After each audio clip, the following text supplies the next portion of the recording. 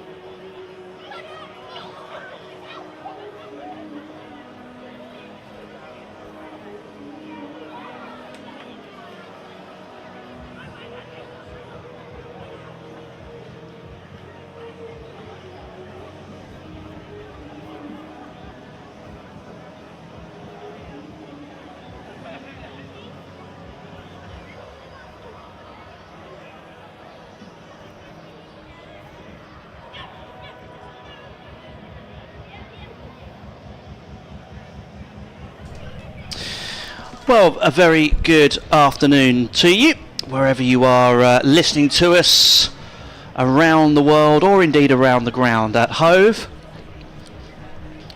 Via the BBC Sport website, the BBC Sport app, and on the Sussex Club stream as well. My name's Andrew Rayburn from BBC Radio Sussex, as we await the start of the men's match between Sussex and Glamorgan in this T20 Blast competition, and I'm joined in the commentary box at Hove from BBC Radio Wales, Nick Webb. Good afternoon, Nick. Very good afternoon to you.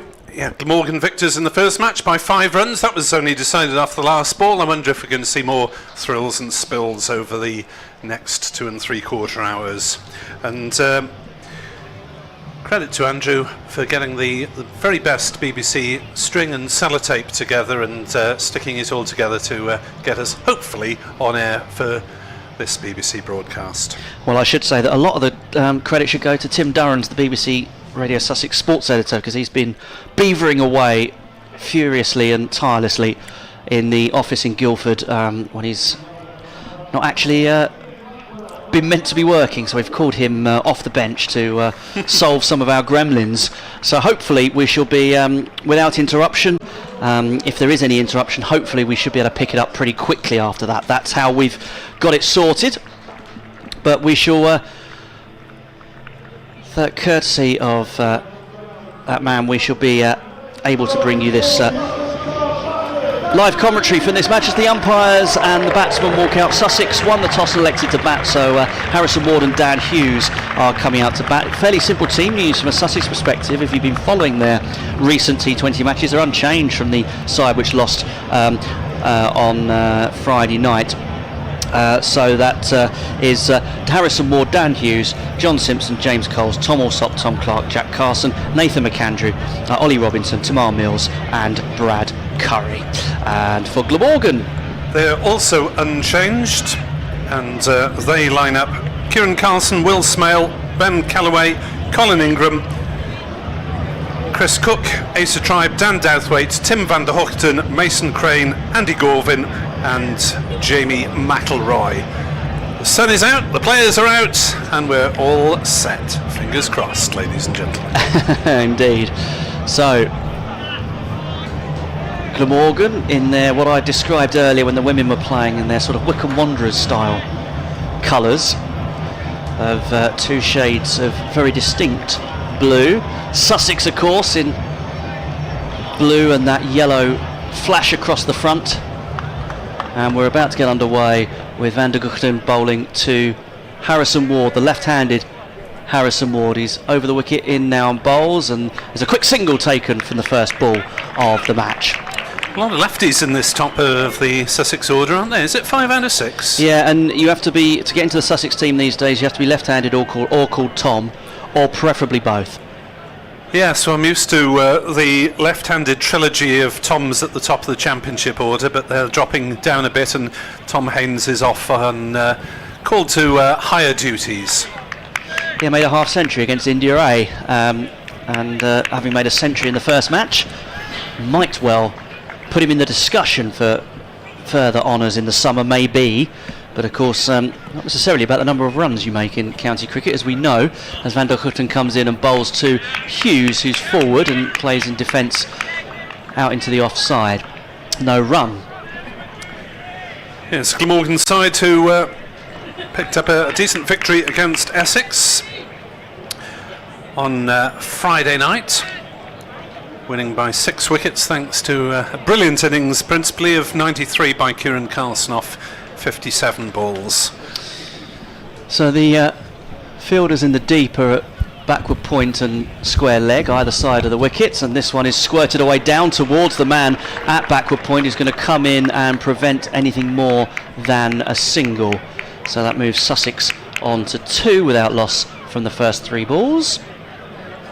Yeah, Tim van der Hochten is quite likely to bowl all 3 overs in the power play from the Cromwell Road end, unless he's gets really taken apart. He has been bowling overs 1, 3 and 5, with McElroy and Douthwaite probably sharing those overs from this end.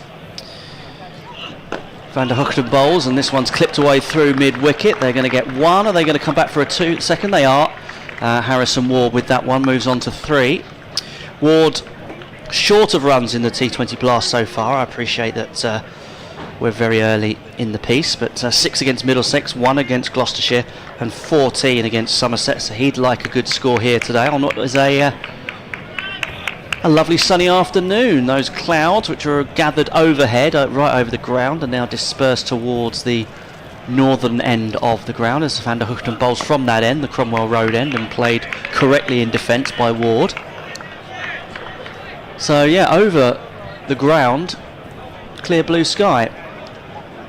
The wind is still up though. The wind was a big factor in, well, not factor, but certainly would have been on the mind of both captains in the women's match, and I think he's actually got up since then. The sight screen at the far end is billowing. I like the word billowing.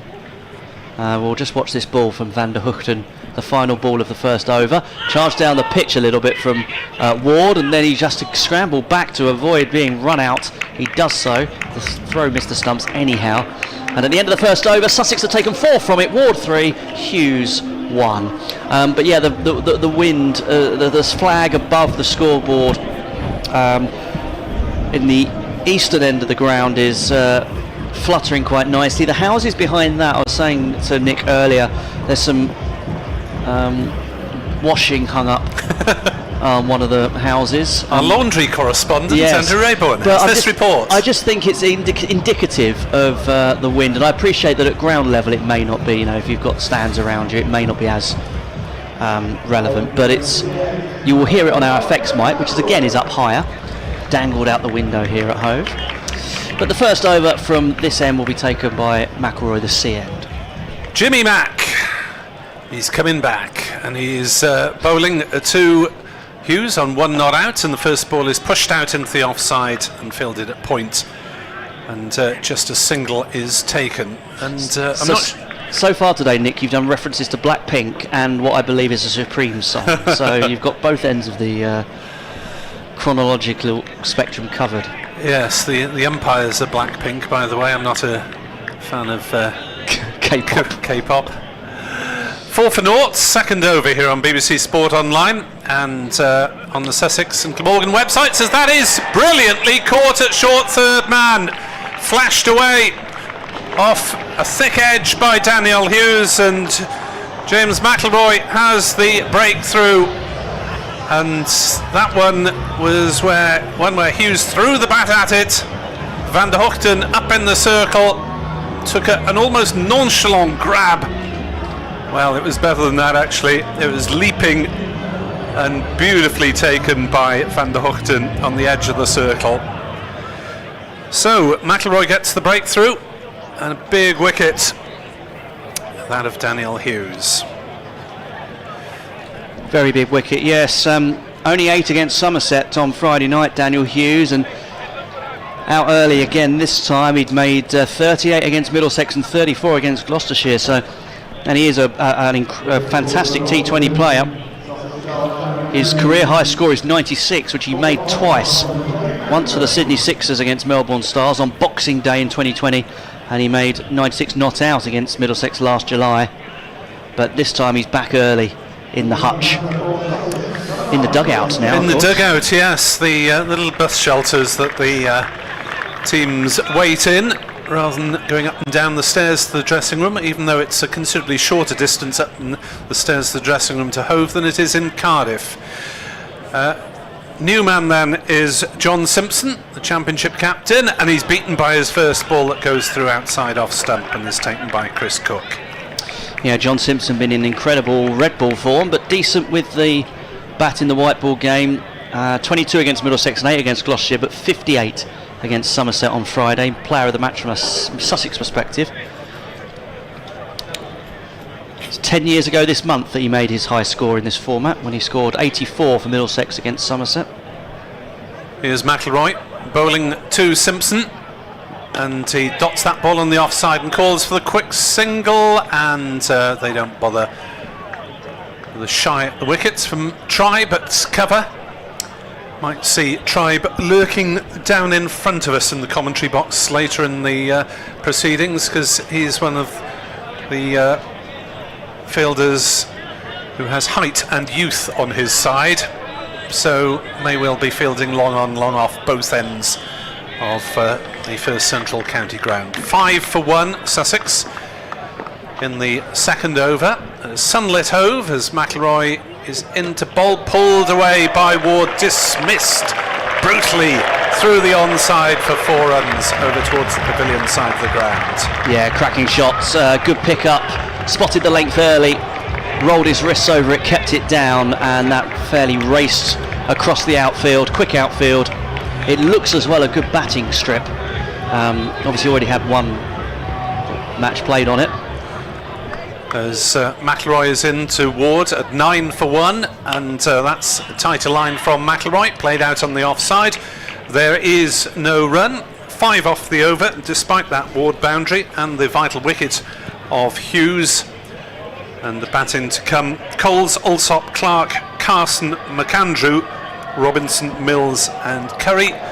For Glamorgan, they'll probably mix and match from 6 bowlers. The seamers are Van der Hoogten, McIlroy, Douthwaite and Gorvin, and they've got the leg spin of Mason Crane and the off spin come slow left arm of Ben Callaway, who took wickets with either arm on Friday night. It was his first left arm T20 wicket. Blimey, it's Ronnie O'Sullivan. So we're going to have more from Van der Hoogten from the Cromwell Road end. He comes in and sliced by John Simpson. He advanced down the pitch, thick edge, high, handsome, 1 bounce 4, and a boundary to set the home crowd into action with their little pieces of pink card with the number 4 emblazoned on them. Yes, there's lots of them waving up at the Cromwell Road end. I presume that means there's quite a lot of younger persons in the ground, although older persons are equally entitled, of course, to shake their thing. It's a long time since I've done that. As Van der Hoogten comes in and bowls, this time Simpson plays that more orthodoxly off his legs. They're going to come back for a second. They should be able to take it comfortably, and they do. Again, ripples of applause as Sussex try and up the ante at the start of this innings, having already lost Daniel Hughes, if you're just joining us, for 1, caught by Van der Hoogten off the bowling of McIlroy for 1. Sussex though on 15 for 1 in the third over. So the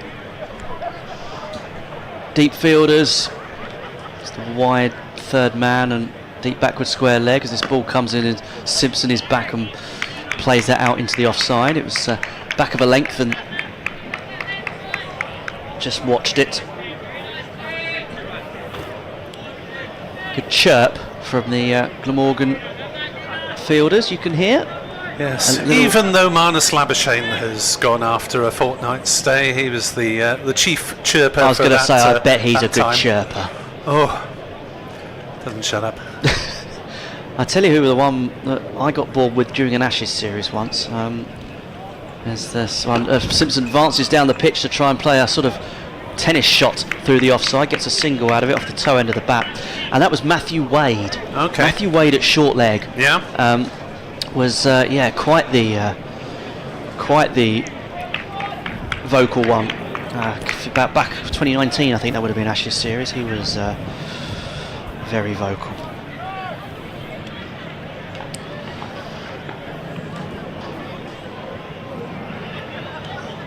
Seven off this over so far as Van der Hoogten bowls to Ward, who's forward, plays that up the pitch. Yeah, Glamorgan managing a few dot balls in these early few overs. Join the dots, the saying, of course. But Van der Hoogten is usually reasonably economical. 1 for 24 on Friday night against the Essex lads. So, in comes Van der Hoogten bowls. Ward dabs that down backwards of square on the offside for a single. End of the third over, 17 for 1, the Sussex Sharks in this T20 Blast match, having won the toss and elected to bat. And Glamorgan therefore will be quite happy with that start, given that they were inserted. 17 for 1, Hughes back in the hutch, and Ward and Simpson both on 8. Yes, the crowd basking in some pleasant late afternoon sunshine. Is it late afternoon? Mid-afternoon, I suppose, this time of year. Dan Douthwaite for this over, I would have thought, if they're sticking to their previous pattern. No, they've changed it. Now they've gone to spin earlier than normal, because it's usually Dan Douthwaite to bowl the fourth over, and he has been successful. He's taken 8 wickets in 3 games, but they've gone to Ben Callaway bowling right arm, and his first ball is dispatched a long, long way into the pavilion, as you can hear from the crowd's reaction. Ward's really getting hold of that one, smashing it away towards square leg for the first maximum of the match. Right, Callaway. What's it take for Callaway to switch arms? On Friday night he was hit for 2 sixes off successive balls, and then switched to left arm and got the vital wicket of Pepper. Here he is, right arm, bowls to Ward, who steps back, tries to crack him through the offside this time, but it's a springy stop by Will Smale, one of the 2 cover fielders. Men out are at mid-wicket, looking for the other, square leg. This is driven into the offside. Douthwaite's got work to do, but does it on the edge of the circle at mid-off. Single to Harrison Ward, 25-year-old who has not quite got going in the comp this season. Top score 14. Top score of 15 now. With that single, as Callaway is in, bowls down the wicket comes Simpson, meets it on the full and takes a cheeky single to mid-on. Who just held on to the ball and didn't bother throwing it. That's why I went, because the Sussex batsman called a panicky single, rushed through and didn't need to. Callaway bowls, reverse comes out, that's hit something on the way through, trickles past Chris Cook. Douthwaite is warming up, so it looks as though it's going to be different tactics from Glamorgan this time. Dot ball for Callaway. In he comes. Bowls, and that's poked away on the leg side by Harrison Ward. Single out to mid-wicket. 6-9 off the over, with including a 6 off the first ball. And after 4 overs, Glamorgan at 20, Sussex at 26 for 1. It's been a long afternoon already. Sussex at 26 for 1 off 4 against Glamorgan here on BBC Sport Online. I'll get my teeth in. So Nick, I mean, obviously we won't be able to get into it too much with these overs being bowled quickly, but Glamorgan obviously don't have the best T20 record in the competition's history. Politely put. 2 final days. That's it. But made a good start this season. Is there hopes for more? There's always hopes for more at this stage, particularly when you've won 2 out of the first 3. But it's all a question of formulae, I think, T20 cricket, getting the balance of the side right. And Richard Dawson, the new coach, who's had white ball success with Gloucestershire, will be optimistic so far. Douthwaite replaces Van der Hoogten. First ball driven fiercely by Ward, up to long off for 4 runs. Hit it in the air, but wide of the fielder in the circle, and it raced up the slope. Yeah, excellent shot. Bit risky, but again, you have to take the risks in this format of the game. Harrison Ward moving on to 20 from 14 deliveries. Simpson at the other end is 9 from 7. Douthwaite coming in from the Cromwell Road end. He's up to the wicket. Oh no, well, I was going to say he's up to wicket and bowls, and he just pulls out. So dead ball. But I believe this is my over, isn't it? I think? Yes. Apologies. That's all right. I nicked a Dan Douthwaite delivery from you. And a Sussex boundary. And a Sussex boundary. I did sound enthusiastic about the Sussex boundary. If that's going to keep happening, you can continue. You can come again. As Douthwaite now comes in round the wicket, bowls, and then a big swing from Ward, which is half stopped in the covers. I don't think it was a chance that was put down. I think it was hitting to the ground first. There was a big ooh and an ah from the crowd. I thought they thought it might get through him, but Kieran Carlson, who generally has battered hands because he fields in the covers quite a lot in all formats of cricket, and of course the ball is hit pretty hard at cover quite a lot of the time, and in T20, so quite often see him with a load of finger strapping. Douthwaite from the Cromwell Road end, as I say, round the wicket bowls, and that's dabbed down by Simpson for a single. He'll be happy to play those sort of Joe Root-esque shots all day if he can pull them off. 32 for 1 in the middle of the 5th. Strange sort of time this, isn't it? It's a little bit later than usual because of the double header, of course. As Douthwaite comes in now and bowls, and lofted down the ground over mid-on, and that'll be 1 bounce, 2 bounces, and trickling over the rope, and 4 runs added to the Sussex total. 4-1 runs to Harrison Ward. He's into his stride now, you feel. That was lobbed over mid-on. Yeah, Douthwaite's not quite mixing it up so far as he is wont to do. Ward, 35 on his back, crouches and waits now, and then lofts a drive over cover for 6. Inside out, opening up, getting it over the rope, and a maximum for Ward. To the delight of the Sussex fans gathered in that part of the ground, just by the Speng Karma Pavilion there. This is quite the start from Sussex at the moment, isn't it? They're really flying in these power play overs. Yep, 42 for 1.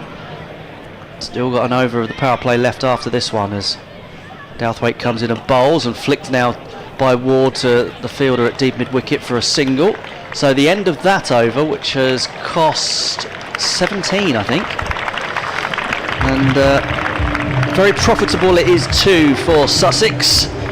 43 for 1 at the end of the 5th. So Glamorgan with some thinking to do, but of course these matches do so often swing back and forth during the course of either innings, really. We saw that with the women's match. Morgan had some impetus in the middle of their innings. Sussex started and ended reasonably well, then Sussex started well with the bat, but Glamorgan pulled it back, and Glamorgan victorious by 5 runs in the women's game.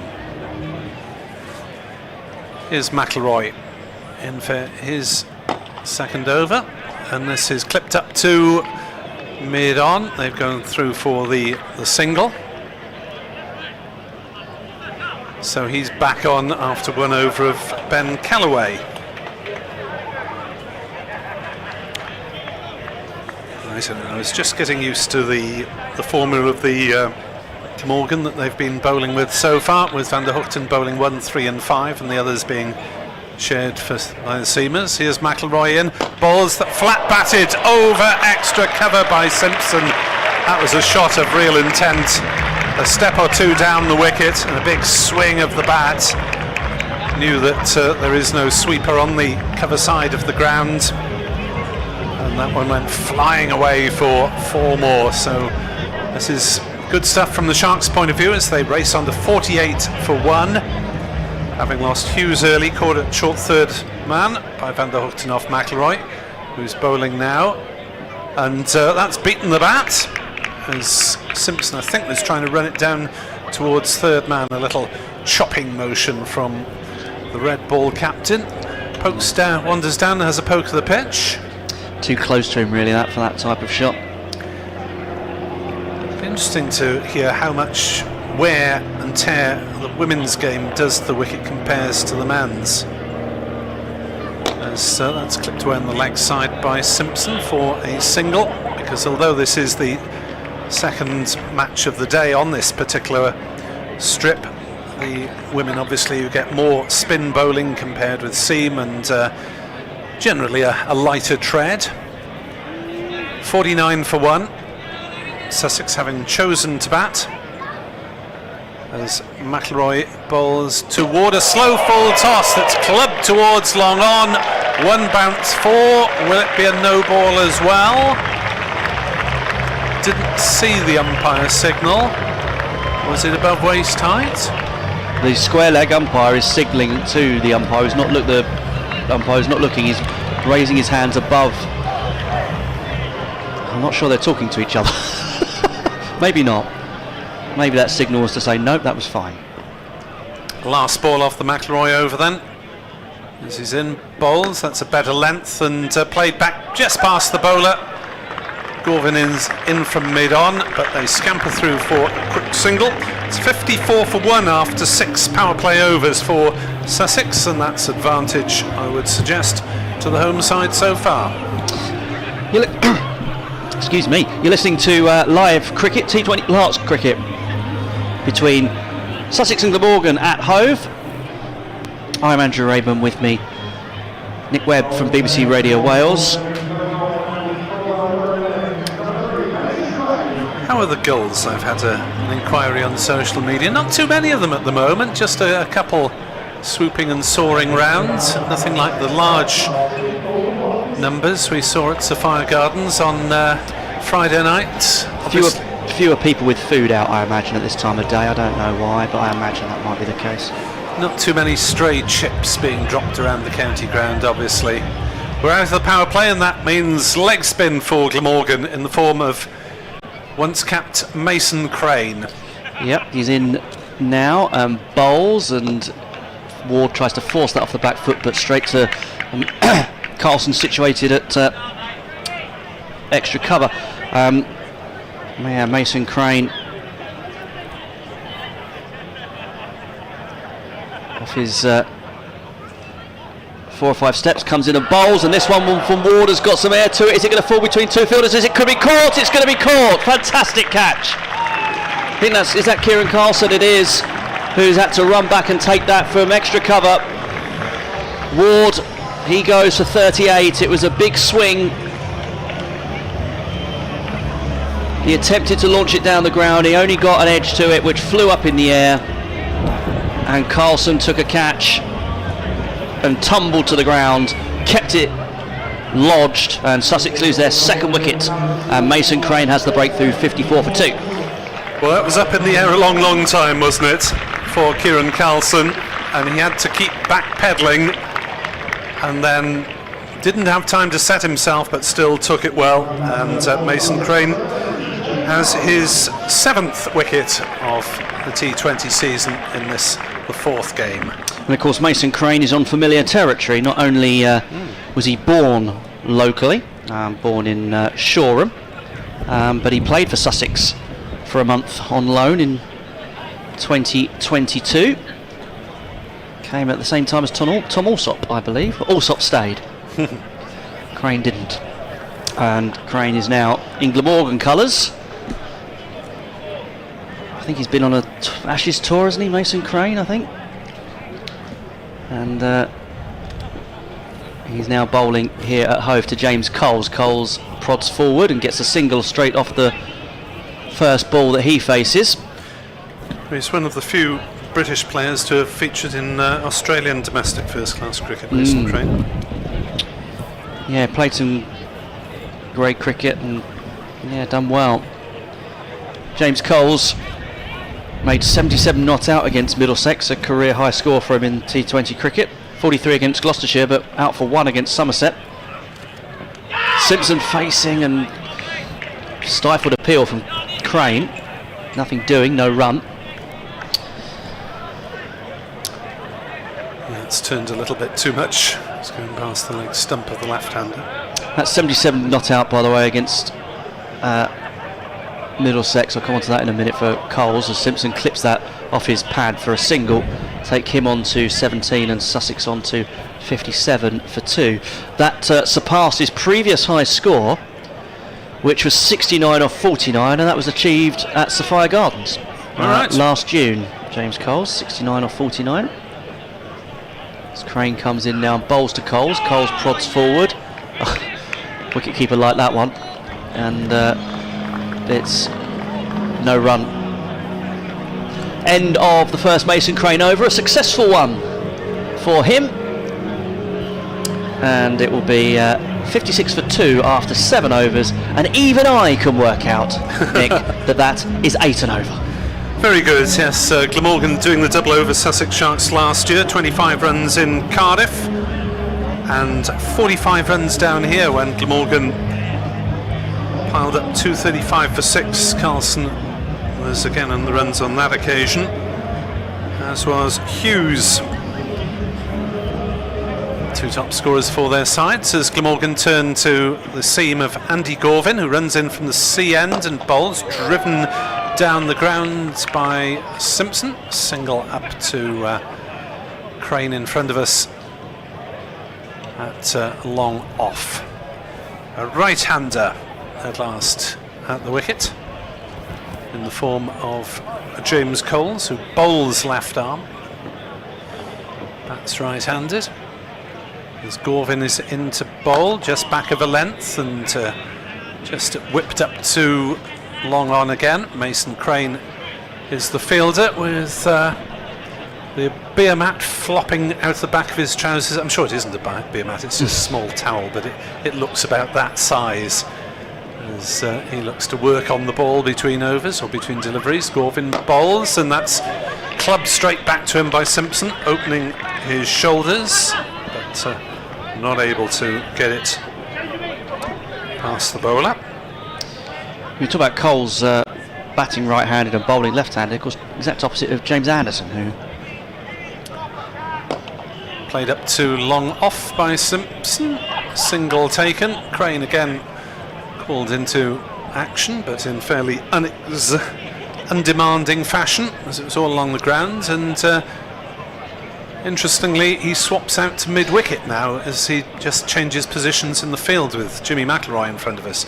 Gorvin bowls to Coles, who gets on top of that one rather and plays it to Carlson at cover, and there is no run. I saw him indicate to McIlroy just a moment ago, before that ball and before that switch was made. He sort of indicated that he wanted to switch, or whether the message had got over to him to switch. Gorvin in, bowls, pulled away towards mid-wicket. This could bisect those two fielders. Crane on the slide. Oh! He's tipped it round the post. And past McIlroy, who had been running into cover in behind him. If he hadn't got a touch in it, McIlroy would have stopped it from going over the boundary. 4 runs to the Sharks total. Crane did get a left paw to it, but just diverted it past his teammate. And the boys with the blue headgear celebrate. There's some youngsters in the hospitality suites. Let's hope it's lemonade only for them, otherwise they'll be in trouble. 63 for 2 after 8. I could go with an after 8 right now, but about 4:30 now. I was going to say local time. I suppose you could be listening to this anywhere in the world, watching it on the stream, of course. We're going to see more from Mason Crane, not surprisingly, after taking a wicket and just conceding 2 runs, as he comes in and bowls to Simpson, who sweeps firmly, and he's possibly going to get a boundary. Yes, he is. An authoritative sweep shot from the very experienced John Simpson. It's now 16 years this month since he made his professional debut, and that came in a T20 match against Sussex at Lord's. As Crane comes in now and bowls to Simpson, who's back and plays it up the pitch. And in case anybody wants to know how long John Simpson has been playing cricket for, the dismissal was Court Nash bowled Kirtley. And James Kirtley is now bowling coach here at Sussex. John Simpson is in the dressing room with him. As Crane comes in and bowls, and another sweep from Simpson. This time it's a little bit uppish and therefore straighter, and carries straight to the man at deep backward square leg. So only a single on that occasion takes him on to 23 from 19 deliveries. Coles is 6 from 5, and Sussex are 68 for 2 halfway through the 9th. Crane tosses the ball from one hand to another, then comes in and bowls, and driven just past his dive, and it's up to the man at long off, who will collect, and so therefore it will be a single to Coles. Did Crane get a fingertip to that at the end of his dive? Let's see on the replay on the stream. Yes, he has diverted it slightly. In fact, probably saved 3 runs, although I could argue, of course, that he got more on it, he might have caught it. But yes, he basically pushed it into the direction of his teammate down there at long off, who didn't need to really move to collect the ball. So you could say it was helping him out, took the pace off it as well. As Crane comes in now and bowls and cut away by Simpson. There is a man out there at point, so deep cover, the deep point boundary, so that'll just be a single. 70 for 2, Sussex Sharks. One of the few counties now to retain their original white ball moniker. A lot of them have shed theirs. As Crane comes in and bowls, and an attempted sort of hoik away by Coles, which is going to test out the fielders on the boundary, and it's going to beat both of them. So 4 ball to the Sussex total, 4 to James Coles. Sussex at the end of that over move on to 74 for 2 in this Vitality Blast South Group match. Coles is on 11, Simpson on 24. 9 overs gone, and that one more profitable off Mason Crane. Yeah, just about advantage Sussex still, I would suggest, despite Crane getting rid of the dangerous ward in his previous over. Yes, a reminder that both Sussex openers back in the dugout, Ward and Hughes.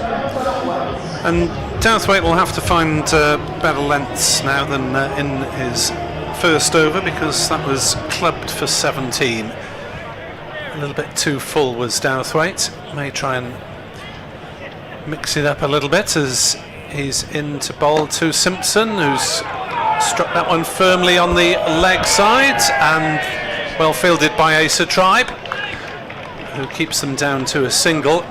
Now on Friday night in Cardiff, Tribe, who's a student at Cardiff University, had a load of university mates cheering on his every touch. This time, I suspect, down in that corner way to our left, the Sharks stand, he'll probably get a bit of stick if he does anything wrong.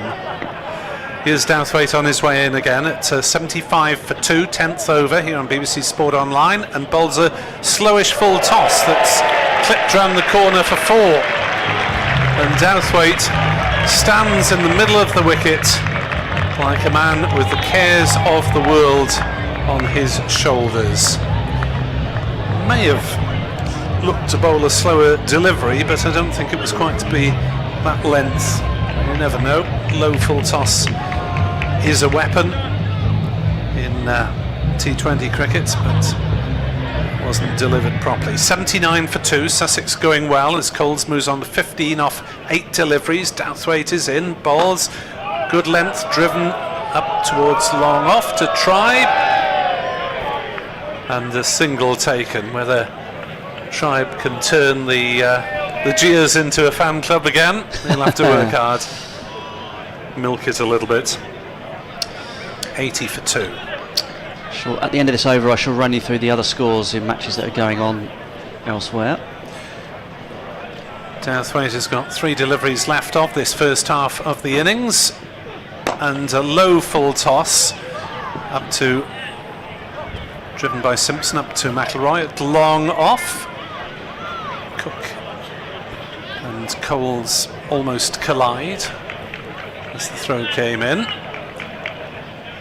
So the infielders are at fine leg, and 4 then on the offside, 1 offside sweeper, and 3 back deep on the leg. Douthwaite running away from us, bowls to Coles, who drives that one through the offside square. He's beaten point, and will beat the cover sweeper as well. So Dan Douthwaite can be a match winner with the ball, and has not found his mojo so far here in Hove. He is under the pump. 11 in this over already, 28 taken off his first 11 deliveries. Glamorgan do have 6 bowlers, so they don't have to bowl him out, but I think he might be out of the attack for a little while anyway. There's Douthwaite in, bowls another low full toss, and again that's hammered through the offside by James Coles, who's got a bit between his teeth. He's under 24 off 11. Sussex at the halfway mark are 89 for 2, and with the momentum in this game. Yes, indeed, and I can tell you that in the South Group, Middlesex have beaten Essex by 6 wickets in that match. It does mean as well that the commentary that you might have heard on Radio 5 Sports Extra 3 in that match will be switched at some point soon, if not already, to this game. So if you are listening on 5 Live Sports Extra 3, then welcome. We will just ident that a few times so that when you do join us, you are aware of what's going on. Elsewhere, Hampshire Hawks, the leaders, 177 for 7 in their 20 overs. Kent in reply, 66 for 1 in the 9th. And I'll give you the North Group games in a moment, as we're going to see Kellaway with a big shout for LBW, and he's been given. He's been given, so Kellaway strikes and removes Simpson. John Simpson, the first ball of that over, round the wicket. He tried to sweep. The only question was whether it hit him in front, but it looked like it was wicket to wicket, going on to hit the stumps. And so Simpson has to trudge off. He's walking very slowly. The camera might be slightly off centre. I don't know if it was hitting him outside the line. That might be the only question. But Simpson has gone, and that's a big wicket. Sussex Sharks 89 for 3 after the first ball of the 11th. They used to say, look in the paper in the morning. Now let's look on your phone when you got back to the dressing room. Yeah. It's already up there. Absolutely. No, of course, the umpire absolutely with the final say on that. So a welcome to BBC 5 Live Sports Extra 3 listeners if you have moved over from that Essex match.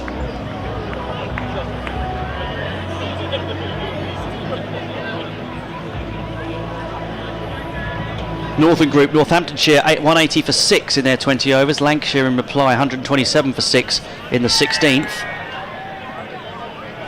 Yorkshire 181 for 3 after 10.6 after 11 overs. Good grief! Wow. As that's been flicked away by Alsop, the new man at the crease, and for a single, so Sussex move on to 90 for 3. Yeah, Yorkshire 181 for 4. They've just lost a wicket. But David Milan has hit 88 from 48 balls. Luxton 62 from 34. 17 overs gone. That'll explain it. Not quite as spectacular. 11 and over. I'm looking at the wrong bit, that's why. Yeah, that's the run rate. Oh yes, run rate 10.5. Right. Anywho, 90 for 3 here. Sussex. And Coles just gently plays that up towards long on. Think of T20, don't you, as crash bang wallop sometimes, but nurdling those singles can just help you. Yes, apologies to any Yorkshire or Leicestershire listeners who might have been choking over their Sunday tea. I was Alsop this time beats the dive of the fielder in the inner ring, so we'll get a single. So since we haven't really given you much of an update on the field since the end of the power play, have we, in terms of where they're putting their fielders in the deep? So just have a look at the for this Kellaway delivery. Man out at deep extra cover. There's a man at deep backward square leg. Man at long off and long on, as this one is going to be played up towards the man at long on by Coles, who only gets a single because it was he was coming in very quickly. So end of the 11th over here, 93 for 3 Sussex.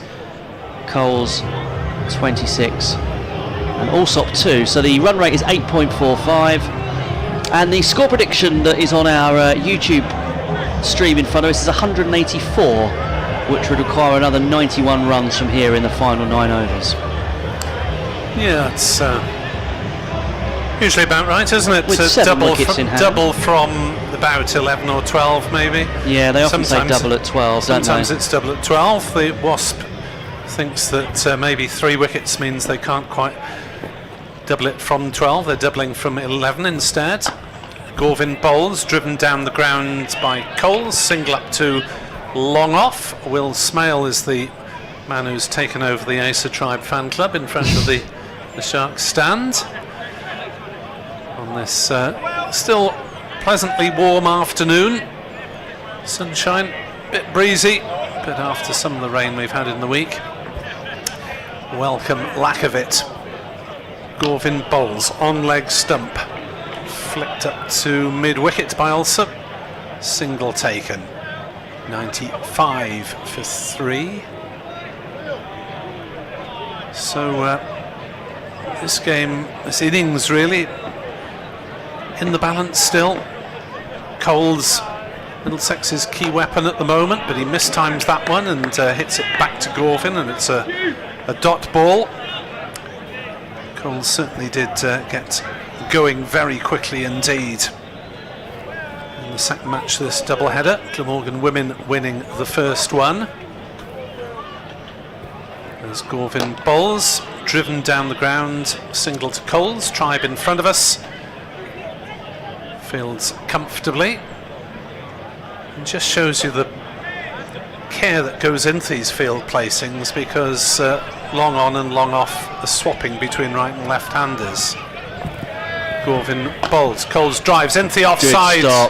That's brilliantly intercepted by Carlson, swooping low to his left and saving at least one, probably a couple of runs as they went through for the single. 97 for 3. Last delivery of the Gorvin over, that's cost 4 so far. Can he get out of it? Yes, he can, because it's hit back to him by James Coles. So very tidy over indeed by Andy Gorvin. Cost just 4 runs, and Glamorgan 97 for 3 after 12, having lost Ward for 38, Hughes for 1 and Simpson for 26. Wickets for Crane, McIlroy and Callaway from the Glamorgan attack. McIlroy, Crane and Gorvin and Van der Hoogten have been the tidiest so far, all going for around about a run a ball. Douthwaite, most expensive, 32 off his 2, as we're to see a bit more Mason Crane. Yep, 1 for 13 off his 2 overs so far, as Crane comes in and bowls, and a bit of a full toss, which is not quite dispatched by Alsop. Didn't quite get a hold of it, and he's only going to get a single as a result. And now, as you said earlier, the fielders move around from right hand to left hand as James Coles facing. He's on 28 from his 18 deliveries faced so far. Crane comes in now and bowls to Coles, who lofts it over the top of the short extra cover fielder, and that's going to be 4 runs. That was a beautiful inside out drive, wasn't it? Happy to hit it in the air, take the minor risk of Carlson being lurking in that area, but once he'd cleared Carlson, who's fairly tight in at cover, there was a big, almost a quarter of the ground to aim at behind him. Fielders converge on the batsman as this time Coles goes aerial and goes long into the Spenkama Pavilion for 6. So an acceleration of the rate from James Coles. He didn't take any steps, and he just saw it in the slot and dispatched it through mid-wicket for a maximum. 108 for 3, Sussex Sharks. Coles, bit of thinking to do. 1-4-6 in this over. In fact, he's got so much thinking to do, he stops as he prepares to come in to bowl. Too many thoughts clouding his mind, maybe. Tosses the ball from one hand to the other. Coughs in his right hand as he comes in and then bowls, and then driven down towards long off for a comfortable single. Coles to 39 and Sussex Sharks on 109 for 3. Well, you have to keep your nerve as a leg spinner, don't you, because you're quite liable to have at least one expensive over in your 4. As Crane comes into the left-handed Alsop, who dabs that down backward a square, but no comes the call as it's well fielded very quickly. Short third man. He was Glamorgan's leading wicket taker last season with 19. Mason Crane is an average of just 18.8. Crane comes in now, having already claimed a wicket, and then gets launched down the ground by Alsop, and that is going to go all the way for 6 more. So Tom Alsop joins the fun now. James Coles had already put Mason Crane over the rope, and Allsop, the left-hander, crunches it down the ground over the rope at the Cromwell Road end, trying to hit it as far as Burgess Hill. It reminds me of that famous bit of commentary just before the wicket of Don Bradman, and Bradman, because he was out second ball, his first ball was described as tries to hit it towards the Houses of Parliament. It doesn't go that far, it just goes to so-and-so at mid-on. And then he was out second ball. Anyway. Gorvin bowls, Coles slashes it away on the offside. There are more runs here. This will be picked up though by the cover sweeper, so make that singular run. 116 for 3. A target of 190 is being predicted by the waspy algorithms at the moment. Gorvin in, Allsop clubs that one up towards mid-wicket. Two fielders converge, but Tribe makes the pick-up safely on the run and gets his throw whizzing in. Glamorgan running round furiously between right and left-hand bats here at Hove, with the knowledge they have to keep their over 8 up or be penalised, as Gorvin bowls short of a length, just mistimed slightly, but they might get 2 runs out of it as Tribe comes round at mid-wicket. Throw comes in, but both are back safely. That is a perfect example of what you were saying, with Tribe having just fielded at long on and now he's fielding at mid-wicket or long off, whatever, and now he's fielding. It's just insane. Coles wants to be a bit careful here because we've already seen 3 batters in the women's game out on 42. Yes, this will be the highest score of the day if he gets any more, as he will here. It's landed short of long on, and they'll come back for 2 runs there, as Tribe was in business, but only in terms of fielding it and not catching it, even though it was aerial. So Coles has the highest score of the day. I genuinely thought he was going to fall to the curse of 42 then. It was chipped up in the air a bit. This is clubbed through the offside. That'll stretch Cover's legs, but it'll be another 2 runs. Coles is batting really nicely at the moment, having got that 69 not out at Cardiff last year in this fixture. And again he's taking his toll on the Glamorgan attack. Last ball of the 14th over, 123 for 3 on the board. Gorvin is into bowl, and a swing and not quite a miss, but a dot ball at last for Andy Gorvin. So 8 off the over, and it's 123 for 3 after 14 overs. Here on a whole panoply of BBC outlets and of course on the Sussex County website and YouTube. Good use of the word panoply. I mean, luckily we weren't on any of them earlier because of technical issues that were plaguing us this afternoon. Fortunately everything seems to be holding at the moment. Oh, don't say that. But famous last words. We do have plan B if need be. Sussex are on 123 for 3. They don't need a plan B as it stands. 6 overs to go. How much can they add from here?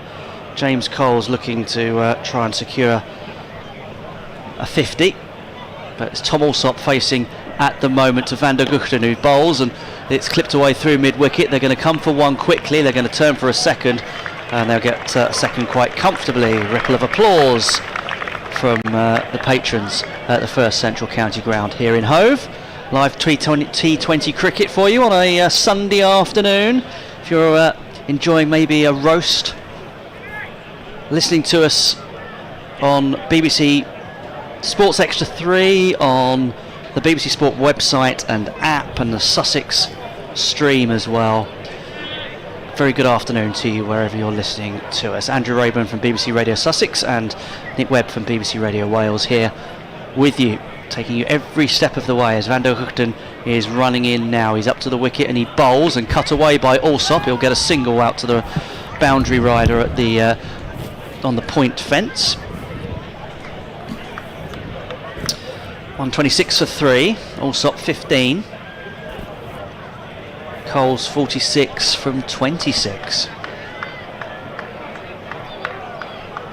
Yes, I mean Sussex have got deep enough into their innings now that it doesn't it's not the end of the world if they lose a couple of wickets. Van der Hugten coming in hoping that can happen, and beats the bat as Coles tries a sort of a inauspicious dab that would have... It's a pair of shades being passed now from Gorvin, who ran about 20 metres, to lend Callaway his shades as Callaway's peering into the sun. I wonder whether that was why Mason Crane wanted to swap over earlier. Get himself out of the sun with swap with someone who had shades, perhaps, as the wind gets up around our effects mic. Just turn that down for a second, and this one is slapped down the ground. It's not got hold of, and it'll only be a single. It was really a toe end of the bat shot, and you could almost hear it, that it was almost tinny rather than woody. And I wish I could toe end it that far though. Well, you see them in practice videos, don't you? They hit the ball a long way just by the pure swing of a bat. All the gym work they do. Allsop on 15, crouches, waits for Van der Hugten, who's in a bowl short and it's guided down towards short third man, no run. Van der Hugten just 4 runs off this over. He's bowling his third, conceded 16 runs thus far. Yeah, it doesn't bowl an awful lot of short balls in any form of cricket, Tim Van der Hugten, but you have to mix it up occasionally to keep the batters on their toes in this one. Van der Hugten is back at his mark. He trots in now and bowls, and this one is cut by Allsop, again out to that man on the fence, and it will be a single at the end of the over, which means that Allsop will keep the strike on 16. Coles is on 47. Sussex at the end of the 15th, 3/4 of the way through their innings, are 128 for 3, with the Wasp predicting 185. Is that another, don't try live maths on the radio, ladies and gentlemen, another 57 off 5. That'll require some going, but they've got the wickets in the shed, or in the dugout, in the bus shelter. I'm sure those devices could be used as bus shelters on the seafront in the winter. Anyway, it's McIlroy to bowl his third over, 1 for 16 off his first 2, and that's a huge swing over mid-wicket for half a dozen, as Allsop really opened his shoulders and dispatched that one high into the stand away to our left. Done well to, if anyone caught that. The ball has re-emerged, and that got them excited. Not surprised, outside off stump, but a really nice pick-up from Coles to move on, from Allsop to move on to 22. McIlroy bowls to him again. Another huge swing of the bat. This time it's along the ground, up to Smail at long off. Single taken. You'd predicted he'd be fielding there, didn't you, earlier in the piece? Didn't you say it was him that would be? Smail and Tribe, yeah. Yep, they're patrolling. They're patrolling on the ropes in front of us, long on and long off. I'm not sure whether they might disappear into the distance at the Cromwell Road end in the next over. Anyway, McIlroy, left arm seam. Balding, bearded, in, bowls, slower delivery has gone through him, and didn't reach Chris Cook on the full, but Cook going down to make sure that he got everything in the way of that. Not sure where that piece of music was cued from. They do like the odd bit of Adams Family around these parts on T20 night. It's an Adams Family dot ball. Now is that got it? That's got him amidships. That was a bullseye for McIlroy, and a painful moment for Coles. Yes. Well, he's got a smile on his face as he talks to Tom Allsop, but it might be a bit of a grimace as well. Looking to hoik it away on the leg side. What? Well, maybe like just above the vital areas, but it's still painful. It's no less vital. Yes, even if it was in the guts, it's made a bruise. 135 for 3, 16th over. McIlroy bowls, cross bat swing, gets Coles a single out to mid wicket. Callaway comes racing in, keeps them down to a single. 136 for 3. I remember Alistair Cook getting hit in that painful region when he was fielding in the slips, and this was when he was captain, and Joe Root stood next to him, absolutely killing himself laughing. I mean, there's no sympathy, is there, for your fellow man when that happens? There's not much a fellow man can offer in the way of immediate treatment, unless he's got a can of freezy spray on his person. Allsop faces up to McIlroy and is hit on the pad. They want a leg by. They will get a leg by. McIlroy, an extravagant left foot boot, doesn't quite find the targets. Oh, there's a bit of bat in there. 137 for 3 at the end of 16 in Middlesex, and 9 off thanks to that 6 early in proceedings. So 4 overs, power to add from the Sussex perspective, but how much will depend on both the ability of the Sussex batters to find the fence and the Glamorgan bowlers to take wickets, because that will be the best way of stemming any flow of runs. Put your Glamorgan hat on, your Kieran Carlson hat on. What would they be happy with 4 overs to go, do you reckon? 160? Oof. That would be extremely optimistic. I think anything fewer than 40 more. 175 maybe? Gorvin comes in and bowls, and Allsop doesn't quite get a hold of that, but it's enough to get him a single through to the mid-off region. Yeah, I think Glamorgan would be happy as things stand, chasing 175. But albeit that is a formidable target. Gorvin waits from the Cromwell Road end. Comes in now and bowls. It's a full one, which is driven back past him by Coles, who will move on to 49 with that single, and Sussex Sharks to 139 for 3. Listening to live T20 cricket on 5 Live Sports Extra 3 on the BBC Sports website and app, and also via the Sussex Sharks YouTube feed and their Matchday Centre. As in he comes bowls, and driven by Allsop up towards long off. They're going to take one, they're going to think about a second, they're going to come back for a second. It's a sharp throw at the stumps, which has cleaned out the stumps, but they were already home. And so good running between the pair of them, which you do need in this format of the game. The stumps will have to be remade. Sussex 141 for 3, Allsop 27. Cole still on 49, looking for a half century.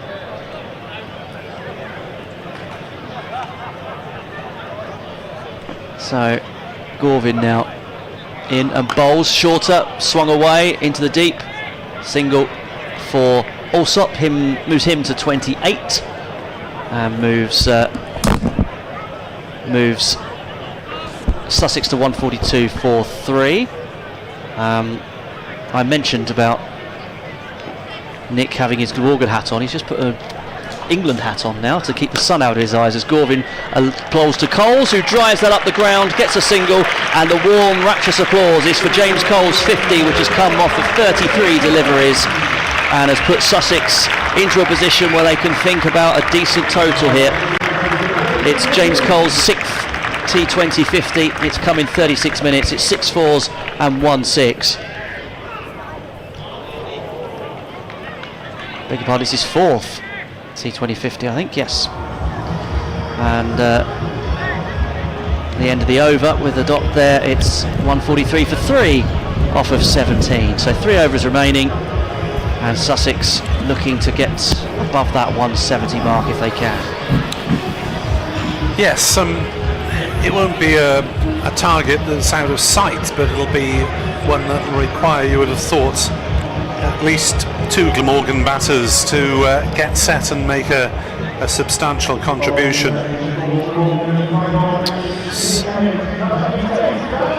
So Douthwaite is going to have a 3rd over, despite his first 2 having gone for 32 runs. Thought that they might withdraw him from the attack. 143 for 3. Douthwaite bowls his 4 overs.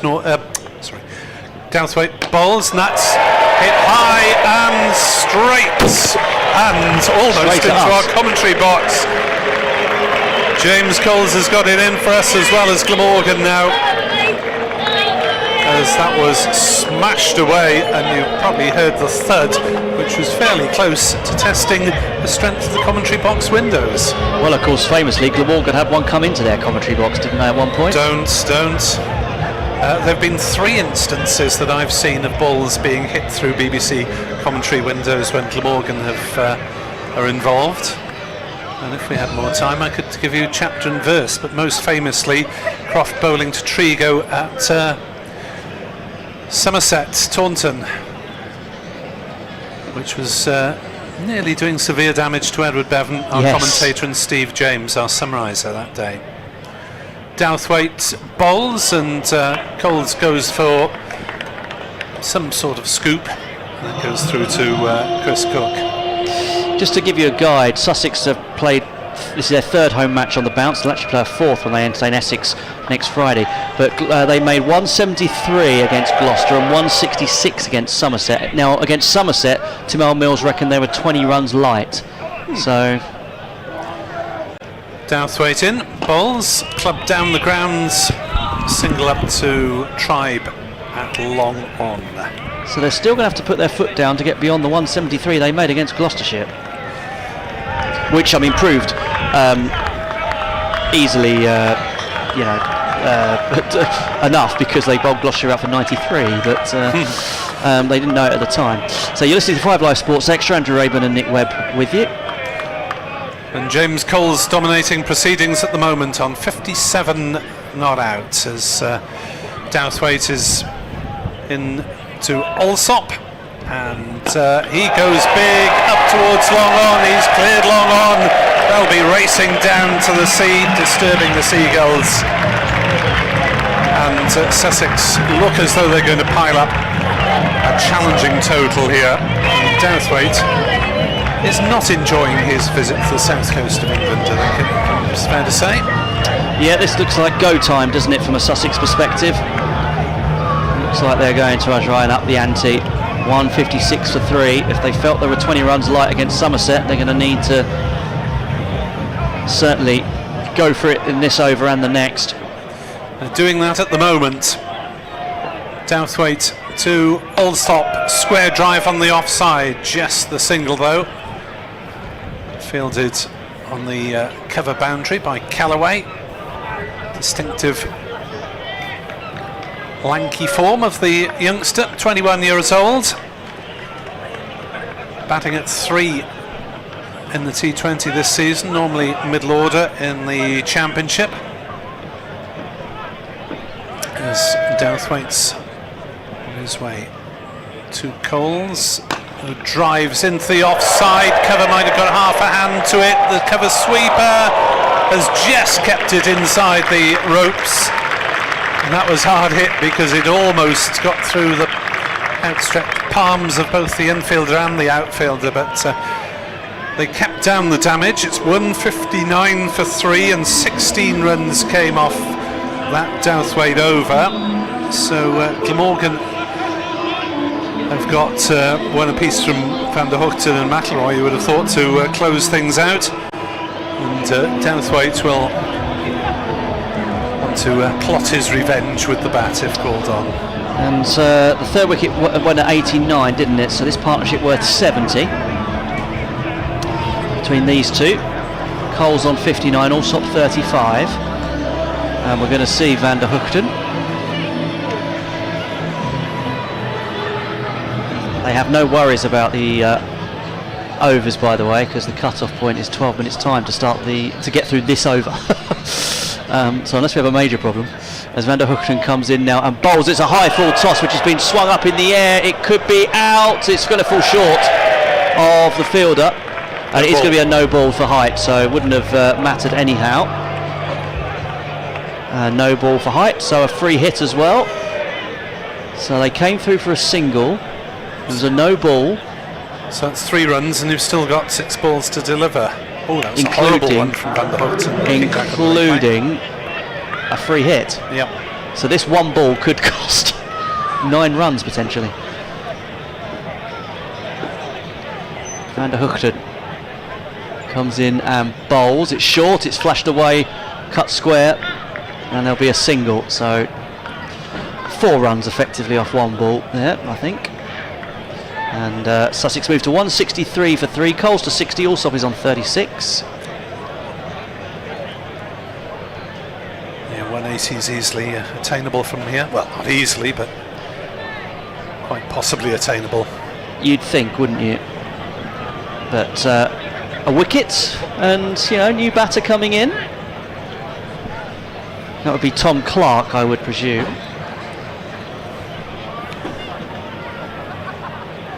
James Coles, only 21 years old, at the other end as Allsop hits this one high through the leg side. That'll go for 6, and it might well be out of the ground. I've got no idea where that one's gone. It went through the leg side towards the scoreboard end of the ground, under the clock. Boy, that was a clean connection. He took a hand off the bat and it flew. Well, my car's parked in that area of the ground, and if that's hit it straight, then that's at least 20 quid that it's worth. It's the car. So 6 more to Allsop, who's trying to get himself a 50 as well. He got a 50 against Gloucestershire, Allsop.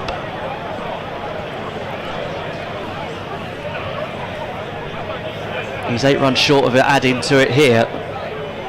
Van der Hoogten comes in and bowls, and this has been hit high again. Long enough, is it for 6? Yes, it is. Back-to-back 6s for Allsop. He moves on to 48, and Sussex are 175 for 3 with 9 balls of the innings remaining. Well, it's rare you see that Van der Hoogten takes this sort of punishment, but these two really have got their eyes in now, and virtually anything is going. There wasn't too much wrong with that delivery, but it was smashed away over wide long on. And Hoogten's got to respond after being hit for back-to-back 6s here as he comes into bowls, and this one's swung away along the ground to the man at deep mid-wicket for a single. Allsop to 49, Coles on 60. There's a period where Glamorgan really have to hold their nerves, because a couple of boundaries, even a couple of boundaries more in this volley of runs could prove vital at the end of the day. Yeah, Sussex could be aiming for 190 plus at this rate. As Van der Hoogten comes in and bowls to Coles. It's short and it's pulled away over through mid-wicket for a single. He moves on to 61, Coles. And that'll bring Allsop back on strike with the last ball of the 19th over due, and he's on 49. Slower bouncer from Van der Hoogten, very much dug into the pitch. Thankfully for him, it didn't balloon up too much, and it was legitimate delivery. Yes, the last thing they could do is more no balls or wides as Van der Hoogten comes in and bowls, and this one's fuller and wider outside the off stump and driven by Allsop, who will get his half century, comes through for a quick single, and Tom Allsop gets 50 from 26 deliveries. 5 6s. Fantastic knock so far from Allsop. No 4s, but 5 6s, and he's hit that 50 in double quick time, basically 200 strike rate virtually, and in 33 minutes. 178 for 3 Sussex at the end of the 19th, and to take you through the final over of this Sussex innings, Nick Webb. Thank you, with a tin hat on, I think, after we almost got one in the box from James Coles, the commentary box, that I was going to say, if you pardon the expression. Yes, I was present when Trigo stuck that one through the BBC Wales window in Taunton. Laugh now, but it wasn't a pleasant experience at the time. McIlroy to bowl the last over, wide outside off stump, and Allsop almost falls over, to emphasise the point to the umpire that it is a wide. Still 6 to bowl then. 179 for 3 Sussex. McIlroy trudging rather. Has been a potent bowler at times in white ball cricket. This is into bowl to Allsop. Swings down towards long on. Is he going to be caught? Yes, he is. Ace of Tribe just had to judge that one really. Took a couple of steps in and then one backwards, and the ball eventually dropped in the pouch, and that is a very fine innings from Tom Alsop. It's over on exactly 50. McIlroy gets his man belatedly, 179 for 4, and at this stage a new batter and a dot ball is very valuable indeed for Glamorgan, as Alsop rightly gets the applause of the county ground crowd. And absolutely, and yes, half century from him in very quick time. And he had to sort of try something like that, didn't he, to try and keep things ticking over. Nathan McAndrew's come out. Now that is to try and score some quick runs, because Nathan McAndrew hits a long ball at times. So he will just give it a good old swing. He's got some powerful arms. He's only scored 13 runs in his 2 innings that he's batted in so far, but he's been sent out there to have a swing. Here's McIlroy in to McAndrew. Just swings it as far as cover. Carlson picks it up, doesn't bother to throw. Single taken. The battle of the Max. McIlroy would have settled for a single, I'm sure, as James Coles. I think he would have preferred 2 even more though, because obviously it keeps McAndrew on strike rather than the set Coles. Yeah, he's on 61. It's 180 for 4, and McIlroy is into bowl, wide-ish. Oh, McIlroy has head in hands that one was given wide outside off stump. He thought he'd just judged it perfectly inside the blue line. The umpire thought otherwise. Hopefully should find out from a replay. No. Here we are. McIlroy is in yes, again. Yes, it was just outside the blue lines. Balls down the wicket, comes Cole, slams it back over his head. Tribe comes in front of us, they'll take one, they'll go for a second.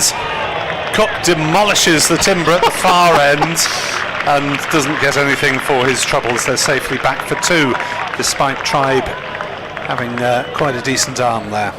Yeah, good throw. Yeah, he literally sort of threw himself on the stumps, and then of course, because of cricket, you have to, if you break it, you remake it, although the umpire is coming in to sort of make sure he's done it properly. Cook had wandered away from the scene of the crime. Well done, Chris. He made a start. Let's McIlroy is in to bowl, sliced over backward point for a couple of runs from a misfield. A misfield as well, but it doesn't cost them any more. 2 more to Coles. So McAndrew's role will be a cameo one, it seems.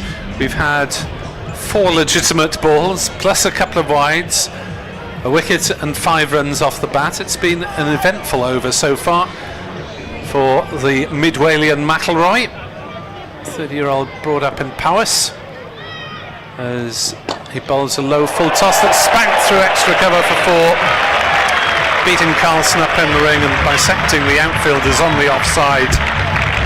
And Coles, like David Bowie, keeps swinging. Low full toss outside off. Coles laid into it. 189 for 4. Glamorgan are going to have to chase 9.5 at least per over.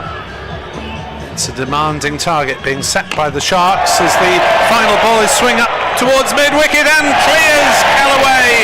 A despairing leap from the boundary rider, but that's another one into the hospitality suites, and Sussex finish with an absolute flourish as Coles races on to 75 not out. McIlroy is not out 1, but that is a formidable target that they've set. Sussex have piled up 195 for 4 in their 20 overs. McIlroy finishes with 4 overs, 2 for 42. Glamorgan bowling figures not pretty reading. Van der Hoogten 0 for 36. Callaway just the 2 overs, 1 for 13. Douthwaite 3 overs, went for 48. Cranes 3 overs, 1 for 31. Gorvin was tidy, tidiest. In fact, his 4 overs 0 for 25. And the Sussex scorecard: Daniel Hughes caught Van der Hortenbeld McIlroy for 1. Harrison Ward caught Carlson-Bold Crane for 38. John Simpson leg before to Ben Callaway for 26. Then we saw the main stand, really. 90 for the 4th wicket between Coles and Alsop.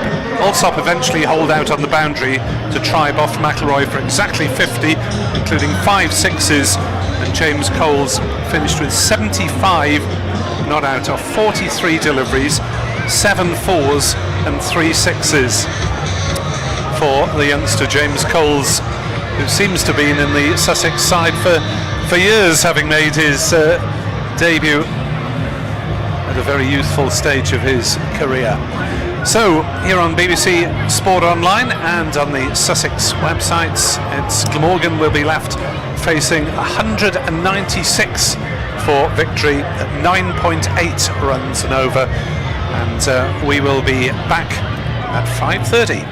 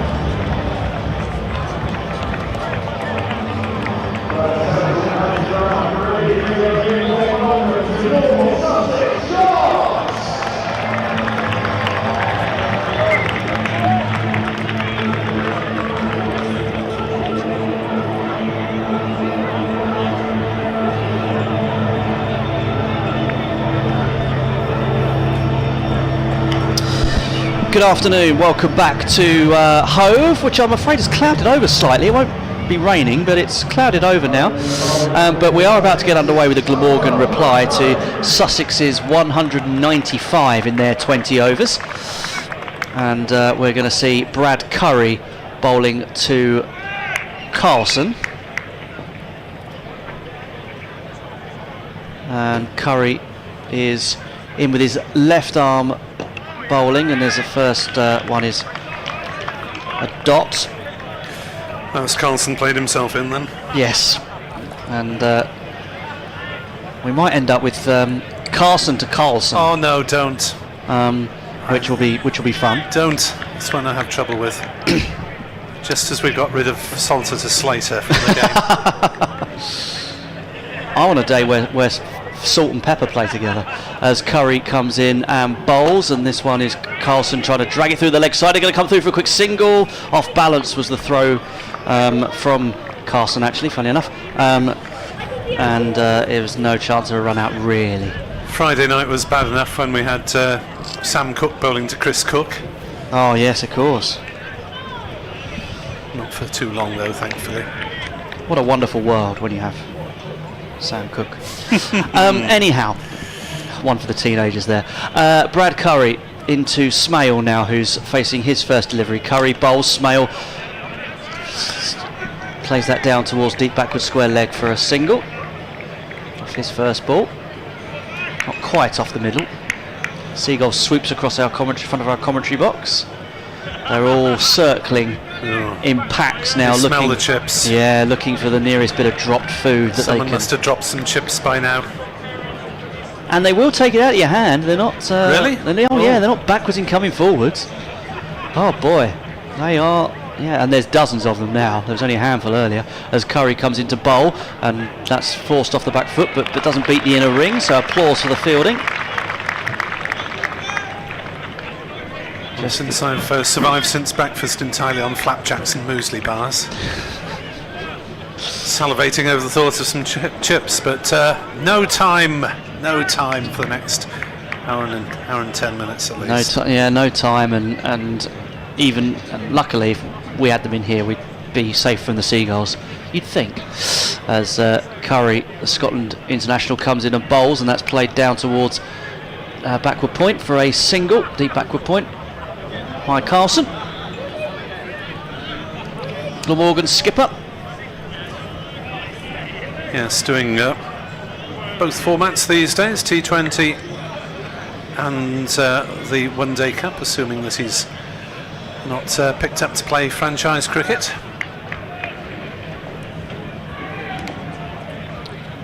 So Curry's at his mark.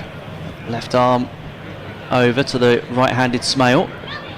Smale's back and plays that out into the leg side, drops it, and they'll come through for a single. They thought briefly about a second, but the fielder is in quickly. So at the end of the first over, Glamorgan have chipped away 4 of their runs that they need. They need 196 to beat Sussex. Yes, the run rate required is already into double figures after 1 over, which shows you something of the magnitude of the task facing the Welsh side. If they're to get a 3rd win, at the moment 1-2 and lost 1. Ollie Robb. Yes, a man who's done a bit of damage to Glamorgan in the red ball format in the past. Bowls outside off stump. It's a leave from Will Smale. Good heavens, don't see many of those in T20 cricket. When you're chasing 196. Yes, quite.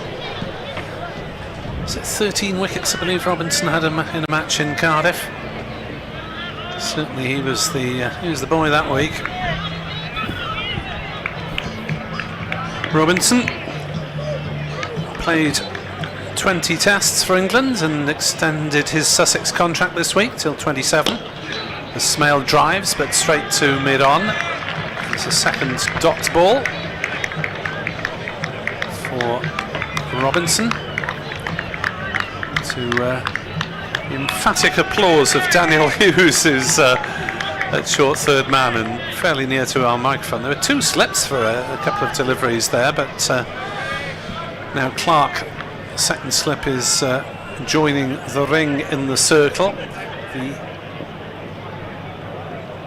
Robinson is into ball. Smale comes down the wicket, turns it on the leg side, but will just get a single. It's fielded at wide mid-on. The outfielders at the moment are at deep backward point and at backward square leg. I think he's just behind the umpire, as it were. 5 without loss, 9 deliveries. Run rate going up by the ball, and now for Carlson, second slip comes in. Interesting. Robinson bowls. Carlson cuts and will get at least one. Will they risk the second? Oh, they're coming back for a second. He's going to have to hurry, but he does hurry as the throw comes in on the bounce from Tom Alsop. Had a bit more ground to cover than maybe I thought. And although his throw was promptly heading in the right direction, Carlson had scampered back from him, an improbable second in the varied shades of blue of Glamorgan. Robinson pounding in down the slope from the Cromwell Road end, bowls to Carlson again, who gets underneath that one, helps it away on the leg side. Has it gone all the way? No, not quite. Just a 4. Carlson down almost a sweep slog sort of shot, which is a brave thing to do against a bowler of Robinson's pace. Whipped it away using the pace of the ball itself. Down it went between fine leg and backward square. Morgan's first boundary, 11 without loss. Robinson bowls and Carlson gets that one popping a bit on him, and it's squirted away on the offside. It wasn't in control, but they do get through for a single. So 8 runs off the over. Glamorgan at 12 for naught after 2, chasing 196 to beat Sussex. Yes, indeed. You're listening to live T20 cricket across the BBC on 5 Live Sports Extra 3, on the BBC Sport website and app, and also on the Sussex YouTube stream and on their website Match Centre. Good afternoon to you wherever you're listening to us. It's Andrew Raeburn from BBC Radio Sussex and Nick Webb from BBC Radio Wales, and we are looking forward to a second close finish, because we had one with the women earlier, Glamorgan winning that one by 5 runs. Brad Curry coming in from the CN now, left arm with the wicketkeeper standing up, bowls, and that's sort of hacked away into the leg side by Carlson for a single. 10 from 8 for him. Glamorgan to 13 without loss. Yes, rehearsing the shot he played at the non-striker's end was slightly more elegant than the one he played at the striker's end. Always the way, isn't it? Carlson hitting 86, top score down here last year. Smale 46. They need those sort of figures from them both, the pair of them again here, as Curry comes in and bowls, and Smale flogs that away down the leg side, and it's going to be one bounce into the hands of the fielder for a single. Yeah, slightly odd from Will Smale, because he was hitting in the air towards the one outfielder on the leg side. The other one being at cover point at the moment in front of the Spen-Karma stand. So Curry, ball in hand, comes running in. He's up to the wicket now. He bowls, and that's an under edge that will squirt out into the leg side. A throw towards the non-striker's end, but they're through for a single. To our Mills, the skipper applauds the fielding. And Glamorgan are 15 without loss. They're going at a runner ball, but they need 10, nearly 10 and a half and over. does look so formidable when it gets into double figures after just 1 over of your innings, doesn't it? Anything under 10, you know you've lost ground. Curry comes running away from us at the C end to bowl, and this one is hoisted away through the leg side. That's going to be 1 bounce for 4. Just bounced inside the rope 5 yards or so, but a good, elegant, attacking, aggressive shot, picked up early and swung away by Smale. Well, he's a big man, Will Smale. There is something to deal with here in terms of the 2 batters' heights, and therefore a good length ball to one will not be to another, Smale being around the 6'3" mark and Carson around the 5'8" mark. It's the Crawley Duckett hypothesis.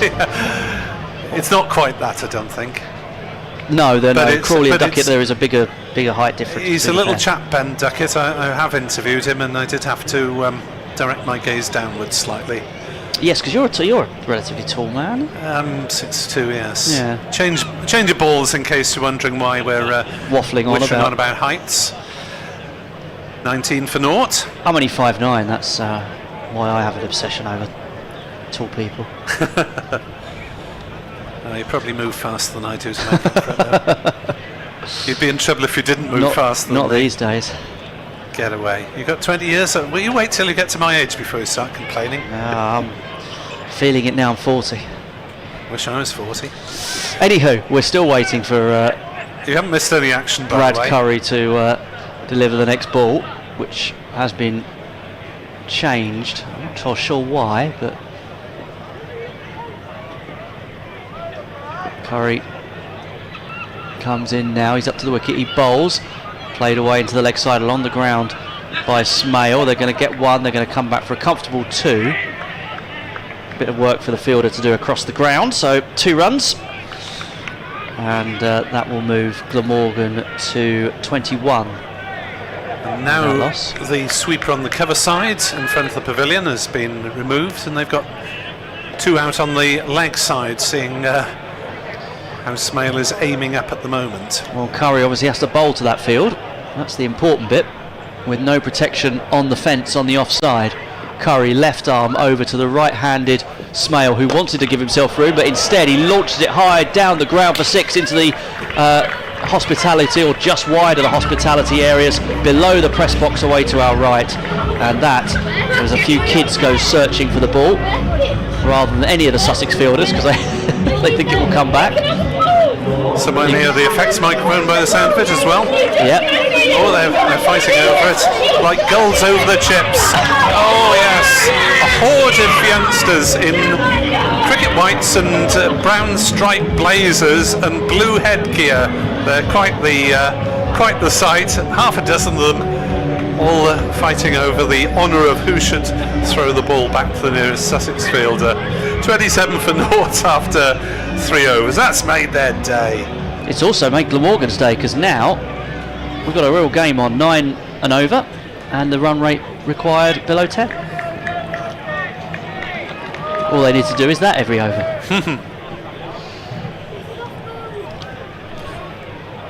As Robinson bowls, and that's driven into the offside by Carlson. Just the single. Clark, the fielder, out on the ropes. 28 without loss. The T20 fanfare. 28 for naught. Oh, a bit of pig bag as well. Not pig bag. Tom Hark. Piranhas. From this neck of the woods, weren't they, the piranhas? Oh, I don't know. It's a good question. I believe so.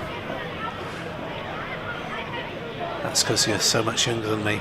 Robinson bowls, and Smale goes the scoop and was nearly caught behind and gets just a single off it. Well, he certainly didn't get the meat of the bat on that one, as he was running across his stumps trying to scoop over short fine leg, and for a moment John Simpson was in business. You're absolutely right. They're from Brighton, the Piranhas. I should have known that, but sorry, listeners would have done as soon as you mentioned it. Yeah. Well, yes. Tom Hart, what's that, early 80s? Early 80s, yeah, it might have been before you were born. 85 I was born. That'd be before you were born then.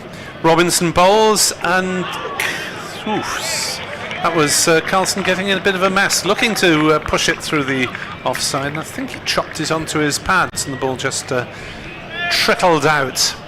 I'm afraid they were pretty much one-hit wonders, the Piranhas, but they did enliven the nation's Top of the Pops screens for a few weeks. And enrich the sporting environment with Tom Hart. Indeed, absolutely. And the composer must have made a fortune of it ever since. Probably one of the more lucrative one-hit wonders that's graced the charts. 29 for naught, 3.5 overs. Robinson into bowl. Short ball, balled straight to mid-wicket. And Carlson can't believe it. He's tamely slapped that one straight to the infielder, and Glamorgan lose one of their danger men. It was a little bit bigger than Carlson thought, and he was jumping to try and get on top of it, and pulled straight to mid-wicket. Carlson goes for 12, 29 for 1 in the 4th over, chasing 196 here on BBC Sport Online and on the Sussex website and YouTube channel. Yep, breakthrough for Sussex, which they'll be pleased about because as I mentioned earlier, that partnership had threatened to suddenly start to fire for Glamorgan, and we mentioned the scores that were made against them last year. So to remove Carlson, the captain in particular, will be a boon for Sussex. Particularly if they were looking at the highlights of him from Friday night. He was the match winner. Coles was the catcher, by the way, at short mid-wicket. And Robinson is on his way in again, under the lights, and Kellaway drives to mid-on, and there is no run. Ben Kellaway, innings of 14, 13 and 15 so far in the comp this season. Oh, he's on for 16 then, presumably. 21-year-old, middle order bat in the Championship, given a chance higher up the order. Can he do something more substantial than his previous efforts? As Robinson bowls, and Kellaway launches into that one, has hit it long and straight for 6. Ben Kellaway is off the mark with half a dozen second ball, and he's actually done that in the Championship as well this season, get off the mark with a 6. And Glamorgan are 35 for 1 after 4 overs, chasing 195 to win. From memory, it's happened in Test cricket a couple of times, isn't it? Wasn't it Chris Gale hit the first ball of a Test match for 6 once, I think? He would do, wouldn't he?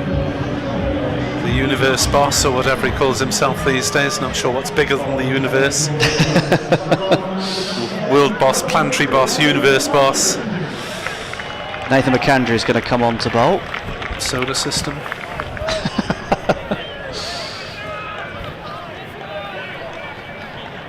The New South Walian against the traditional South Walians. And McAndrew comes in to bowl to Smale. Smale drills that down the pitch. He's going to get a single to mid-on. And actually the top 3 are the 3 who are born in Wales in this Glamorgan 11. There's various others have Welsh links. I mean, Ingram and Cook have been here for ages. Tribe and Douthwaite were in university in Cardiff, well, Tribe still is. Gorvin and McElroy both have Welsh parents, but the top 3 are the only 3 born in Wales. McAndrew bowling to Kellaway now, gives himself a little bit of room, but can only find the fielder at cover. And with the Championship captain Sam Northeast not required at the moment for T20 duties, it's a relatively inexperienced top 6 with Smale, Kellaway and Tribe all there, having played, they've all played Blast before apart from Tribe, but relatively inexperienced. McAndrew comes in now and bowls. That's edged through sort of a vacant slip area. It'll go down to the boundary for 4. Threw the bat at that one, didn't he? Yep. Worth the risk. Got away with it. McAndrew looks fairly unimpressed by the situation. Well, that's the nature as James Harris, predominantly a bowler, told us on commentary on Friday night, it's a batter's game. I was going to say, it's a batter's game, he said ruefully. They have to put up with that, don't they? As McAndrew comes in now, he's up to the wicket and bowls, and this one is swung away. Is there going to be a chance for a catch? Yes, it's taken on the boundary rope. He's kept it inside the rope as well. So that's a crucial wicket. It's a crucial breakthrough for Sussex. McAndrew this time picking up the wicket. Kellaway goes. He got a good piece of it, but he didn't get it far enough to get it over the boundary rope, and that's a really smart catch out there at deep backward square leg, because he had to drag himself inside the rope. Tom Clark taking it, and that superb bit of outfield cricket from him. That was almost nonchalant from Clark, wasn't it? He was on the move, couldn't afford any foot out of place because he was fairly near the ropes. But Kellaway goes again for a brief but exciting cameo. Ben Kellaway seems to be here for a good time rather than a long time in Glamorgan's T20 side this season. 6 and a 4 and out, 5 balls only faced. Colin Ingram, the veteran South African, who hasn't got going so far, just 20 runs in his 3 innings. Now would be a time for Mr. Ingram to start firing on all cylinders, having been brilliant in the championship, then rested when Marnus Labuschagne arrives. Nathan McAndrew is having a quick word with Tamal Mills here. Wonder what the plan is for Ingram, who's left-handed, of course. McAndrew round the wicket. Oh, it's short. That's what it is. He's gloved it as he threw to the wicket-keeper. He has. McAndrew strikes first ball, and Ingram is out, and McAndrew is on a hat-trick. It was a bouncer. Ingram went to try and hook it. He got something on it, back glove, whatever it was. McAndrew barely appealed. He celebrated. Yep, top edge through to the wicket-keeper, and the umpire left in no doubt. Bit of bat, bit of glove, whatever it was. There was enough on it. The wicket-keeper was certain. McAndrew was certain. The umpire was certain. And Glamorgan aren't necessarily certainly in trouble, but they have slipped to 40 for 3 inside the power play. Yes, I mean, Ingram didn't throw the kitchen sink at it. He was just tempted to follow it round, wasn't he? And got caught in two minds there, you felt. Be interesting to know what the conversation was. I mean, McAndrew is basically a very sort of quick confirmation chat, really. I think McAndrew was saying to Mills, right, what is it? Are we going short here, are we, to Ingram? And I wonder if that was the plan that came together, because McAndrew had not shown any sign, really, had he, of banging it into the pitch until that moment. So that might be a plan that's worked from a Sussex perspective. Nathan McAndrew then, on a hat-trick in the T20 blast. He comes in and bowls. It's beaten the field, beaten the bats, and it's just missed the edge. The crowd thought he'd got something on it. Cook played uncertainly in front of himself, but it was beaten the edge. But McAndrew and the Sussex fielders didn't react, but the fans did. But it's not a hat-trick for Nathan McAndrew. Instead, it's 2 wickets. Let's see how close this was. Oh, he did go really fencing for it, and he wasn't far away. There was a bit of movement as well. We've also got a little bit of rain on the cameras, so this will be interesting. Yeah, it doesn't look as though it should be much, really. Yeah, there's some rain actually. I can see on our windows as well now. One of our windows. But yes, the lights are on. And there's someone running in front. What on earth is going on? There's someone running in front of the sight screen. I think they're picking up some speakers. Which is not or entirely flamethrower, essential. whatever they are. Well, but yes. Yes, not It essential. stops Tamal Mills coming in anyway. Mills then, who got a couple of 4-wicket hauls against Glamorgan last year in the 2 Glamorgan victories. Mills doing his best to prevent them. Starts with a typical Mills short pitch delivery that beats the bat. I think Smale was trying to uppercut but didn't get any contact there. So Tamal Mills bowling from the Cromwell Road end. Vastly experienced, of course, the Sussex skipper, part of that a non-playing squad member of that England T20 World Cup winner squad a few years ago. It's the last thing you want when you're 40 for 3 and you hear Tamal Mills to bowl. Got 6 wickets in this campaign so far in his 3 matches. As he bowls to Will Smale, a slow full toss that Smale just dragged straight to mid-wicket. Had time to check. Broad grin on Mills's face. Yes, that was probably about a quarter of the speed of the previous delivery, which was fast and short, and that was a slow full toss, which most yeah, there's mixing it up and there's mixing it up. Most times of the day you're welcome to get a slow full toss, but no one expects either that or the Spanish Inquisition. As Mills is in to bowl, and Smale gets a faster ball that he's beaten by. That one up on a good length this time after a short ball and a full toss. Mills bowling left arm over the wicket, and that one actually didn't go over the stumps by much, it went over the top. Bail trimmer, but not quite trimming. Smale on 18 not out, Glamorgan 40 for 3, and this is the last of the power play overs, so they haven't used them to good effect. Sussex were 54 for 1 in the power plays. Mills is in, bowls, Smale tucks it away on the leg side for a single down past the umpire. 41 for 3. Don't have a speed gun, but that looked slower as well. Pace off from Mills. And Chris Cook on to strike. The allegedly 35-year-old wicketkeeper batter. He told me he was 35 anyway. And who am I to dispute him? Even if the books say a couple of years more. As Mills is in to bowl to Chris Cook, who drives nicely through the offside and will get runs here up to the video scoreboard away to our right.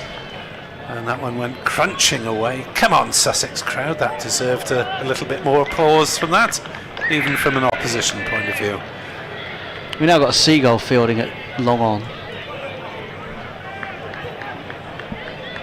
Yes, we had a bit of bird-related activity on the England side, wasn't it? Who was it? Saved yes, the pigeon on the England field. Matt Potts. Went and picked up a pigeon that didn't want to be picked up, even though it was looking stunned. Mills comes around the wicket, and Cook squeezes it out on the offside for a single. So at the end of the power play 6, Glamorgan are 46 for 3 in comparison to Sussex's 54 for 1. And I think it's has to be said that Glamorgan are behind the proverbial 8 ball as things stand. They are indeed 46 for 3 then at the end of the power play. And we're about to see James Coles with his left arm spin. Tends to be the way, doesn't he? Get the power play out of the way and spinners come into the fray. Tom Clark fielding down below us at long on. Adjusts his cap, looks around, glances at the kids in their blue headbands as they're calling at him to come and sign things, but a bit busy now, lads. Yeah, ask me later after the game. Coles, left arm round the wicket, bowls, played up the pitch and played towards long off for a single by Cook, who will move on to 6, and Glamorgan will move on to 47 for 3. Yeah, Cook can look something of a scratchy starter, but certainly if he gets his iron, he's got a very broad bat and powerful forearms. As this one tries a big swing and doesn't get anywhere near it, and it comes off his legs, and no hint of an LBW. Glamorgan need a fair share of 6s if they're to get near this. Sussex hit 10 of them, as well as 14 4s in their innings.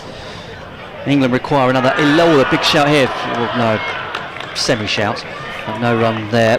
England require 9 runs to win with 17 balls remaining. When that match is finished, we will be on Sports Extra for the closing moments of this game. This one is bowled in. swipe, an ugly swipe from Smale across the line. He missed it entirely. It's cleaned up his off stump. James Cole strikes in his first over. It was full. It was, well, there to be hit, but he didn't make any contact, and it's taken off stump out of the ground. And neither he or my colleague Nick Webb knows what he's done there. Well, he looked to heavens, Will Smale there, and then looked down to see his off stump lying on the ground. And talking earlier about horrible ways to get out being bowled by a full toss is among them. You can't say that Smales can't have the consolation saying that he was defeated by a crafty bit of spin.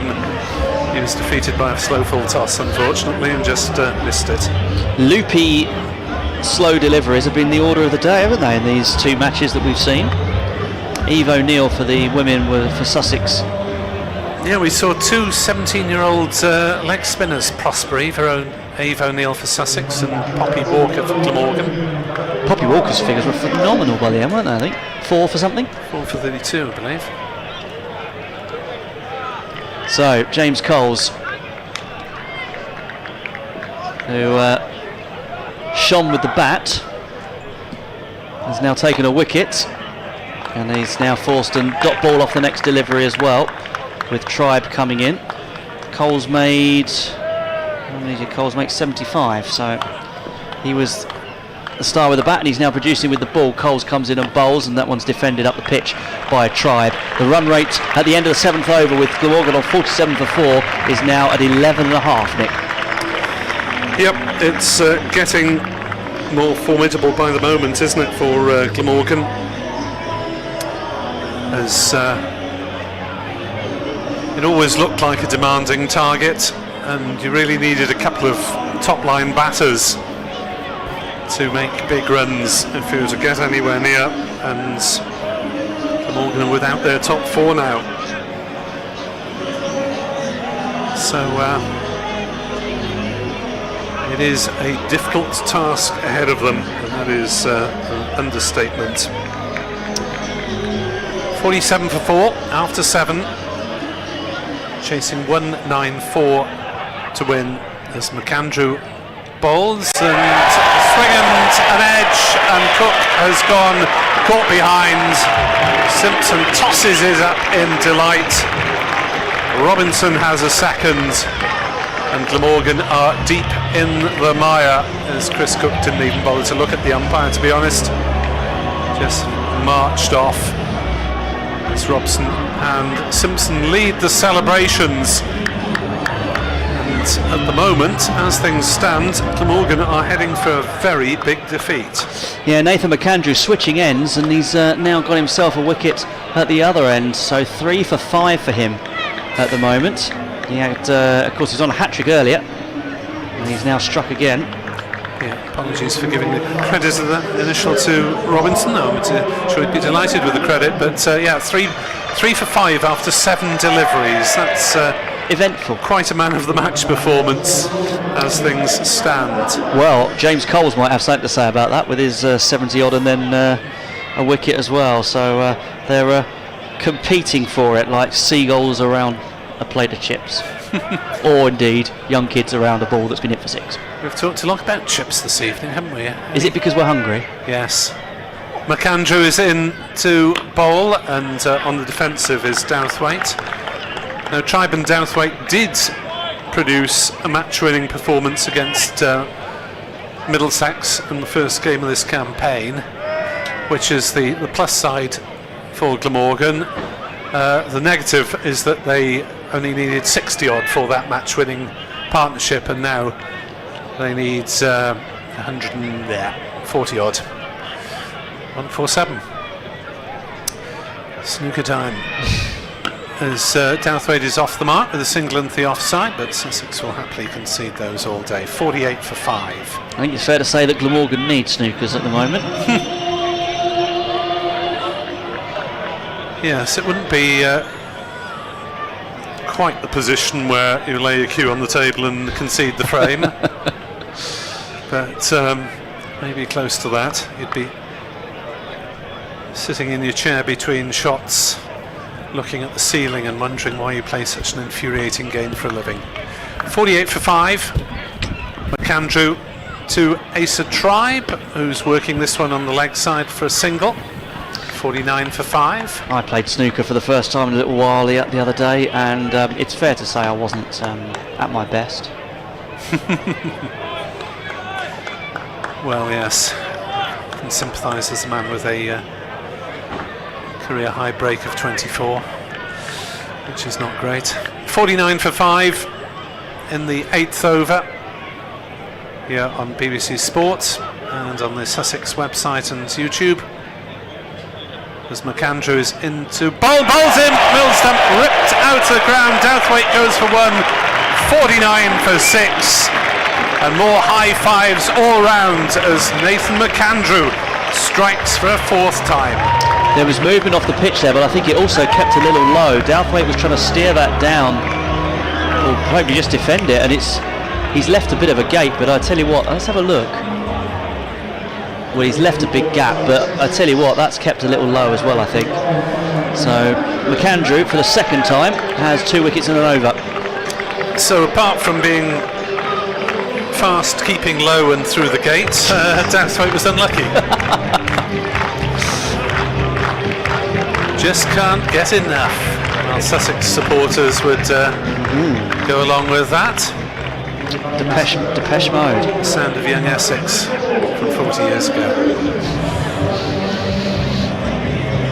Well, surely it's just a question of the margin of victory now here for Sussex and their blue-haired fans at the county grounds, and whether Glamorgan can get any sort of respectability. There was an oblivious cam on the scoreboard, which was Aztec camera, if we're talking 80s hits. 49 for 6. And for most of the time we have been. Yeah, sorry about that. You've probably got a different heyday from me. Last ball of the 8th over. Oh, I was over the hill shortly before I reached my peak, so I'm not sure I had a heyday. Edged and caught. Van der Hoofden goes first ball, looking for the drive, thick edge, flew to backward point, comfortable catch, 49 for 7. Well, it is all going Sussex's way. It all went Sussex's way when they played Gloucestershire here last Sunday. The wickets tumbled, and a week on, the same is happening, and Nathan McAndrew has 5 in 2 overs. His career best was in this format was 5 for 16 for the Sydney Thunder in January. So what's he taken now? So at the moment he's on for us, isn't he? He's 5 for 7 at the moment. 5 for 7. So career best figures on the way.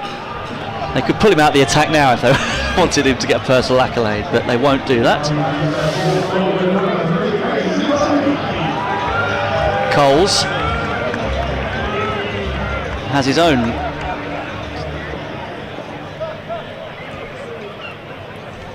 Let's see what happens here. Coles bowls, and it's played away out into the leg side. England have won that T20, so we may end up on 5 Live Sports Extra shortly for Andrew will carry all the commentary. Because if we do as Glamorgan have gone to 50 now with that single, 50 for 7. Yes, the sort of the tradition is that the commentator from the side that looks like winning will. But this is your over, is it? I'm confused. No, it isn't. No. But it's a Coles, single that's off right. the first I don't ball know. anyway. Yes, so Coles has now taken another. Tribe has taken another. That was Crane. So I'll get that right in a minute. Crane has taken a single off of Coles. 2 spinners facing each other there, and now Tribe is facing up to Coles. Coles left armour cut away, gave himself room, and he's beaten the infield. Now is that going to go out to the boundary for 4? It is. It defeats the dive out there of Brad Curry. And he fetches the ball back from the fans. So a boundary for Tribe. Glamorgan to 55 for 7.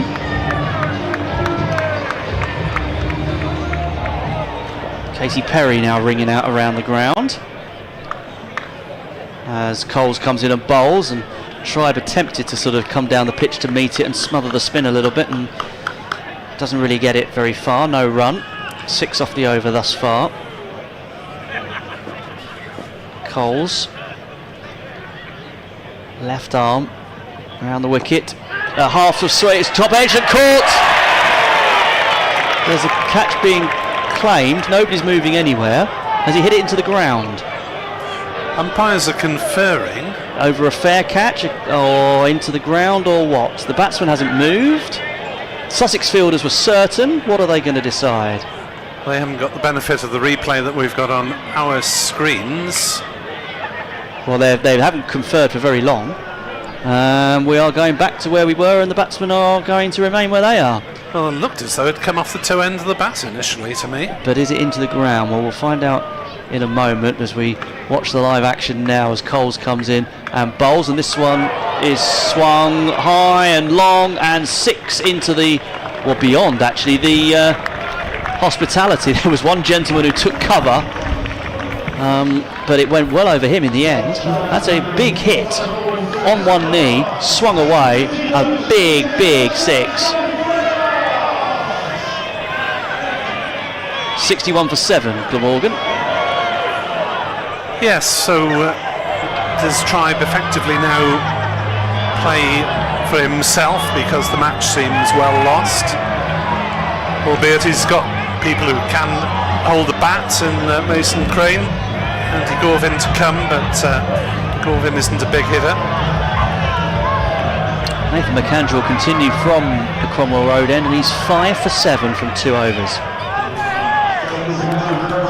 Looking for a 6-foot for the first time in his first-class career, senior career.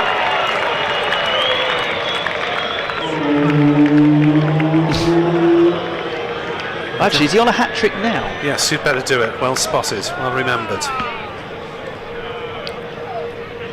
Nathan McAndrew on a hat-trick in the T20 blast against Glamorgan, comes in and bowls, and it's fended away down towards third man. They'll pick up a single, so that one was avoided as well. So that's twice McAndrew's been on a hat-trick in this match, and twice he's been foiled. 62 for 7. Over to you, Nick.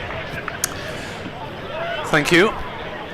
As Glamorgan just trying to restore a bit of pride surely in the back half of this innings. McAndrew having run through the top order. Robinson and Coles dismissed the openers, Carlson and Smale respectively, and McAndrew has got the other 5.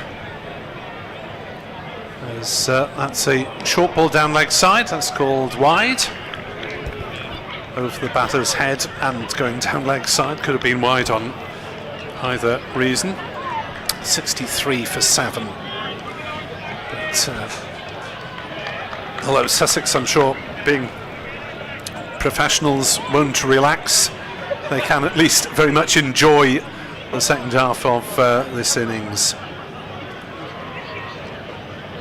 As McAndrew steams in balls, and Tribe coming down the wicket, flat batting it, but straight to cover, and there's no run. And really they're considering the speed with which the wickets fell. Sussex have got most of them out. There haven't been that many catches on the boundary. There's been a couple bowled and a couple caught behind. So Sussex really have earned this success. As McAndrew is in to bowl, hoiked away by Tribe this time into the leg side. Should be a couple of runs if it is cut off in front of the pavilion. Yes, it is.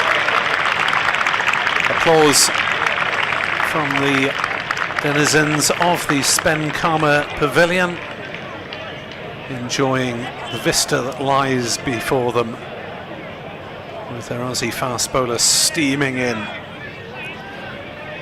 And really, I suppose, just looking to confirm the margin of victory rather than anything else at the moment. This game looks to be long won by Sussex, long lost by Glamorgan, as Tribe is hurried by that one. I think it's hit him on the pads. It's rolled out on the offside and they've gone through for a leg bye.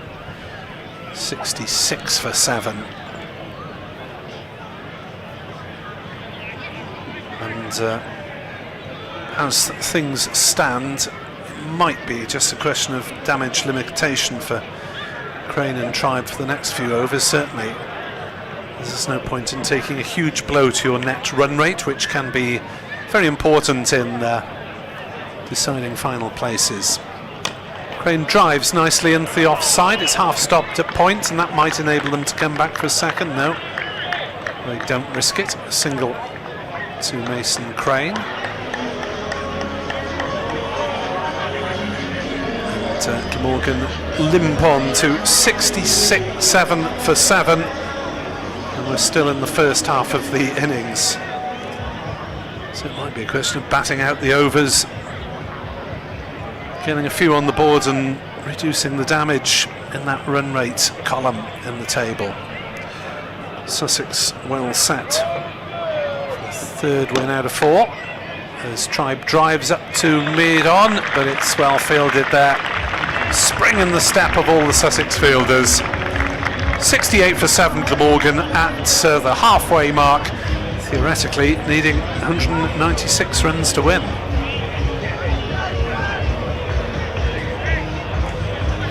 Yes, indeed. So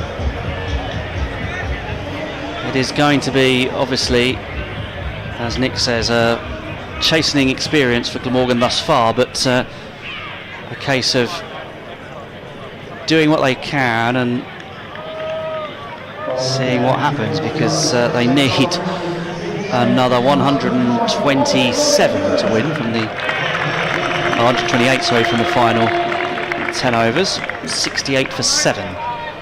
Tribe is not out 15 from 12. Crane not out 3 from 3. And we've got Ollie Robinson on to bowl from the C end. Robinson comes in now and bowls, and that's played out by Tribe through mid-wicket for a single. 69 for 7. 127 to win from 59 deliveries. 3 wickets in hand. Go on, Robbo, shouts one of the Sussex faithful. And Robinson does now come in up to the wicket now and bowls, and a little bottom edge I fancy that's gone past the wicket keeper John Simpson and might run down towards the boundary, but it's stopped actually inside the rope at behind the wicket keeper, and so just a couple of runs there to the total. Crane moves on to 5. Not sure Robinson will need too much encouragement with the excitement of bowling to a number 9 batter in the 11th over of a T20 innings. No, he's. This is the sort of time when he will want to shine. Although this one is played off the back foot by Crane, who runs quickly the first, and then they turn for the second. The throw goes into the wicket-keeper's end, but it's wide of the stumps, and that'll be another 2 for Mason Crane. Looking at upcoming fixtures, Essex are the next opponents for both these counties. Glamorgan at Chelmsford on Thursday night, and Essex are here on Friday night. Robinson comes into bowl, and that was a shorter one which is fended away by Crane, and they've come through for a single. In fact, there's some scrappy fielding, so they're going to come through for 2. Throw missed the wicketkeeper, and it's going to be another 2 for Mason Crane. 9 from his 6 deliveries. 7 off this Robinson over with 2 to bowl. He won't mind that so much.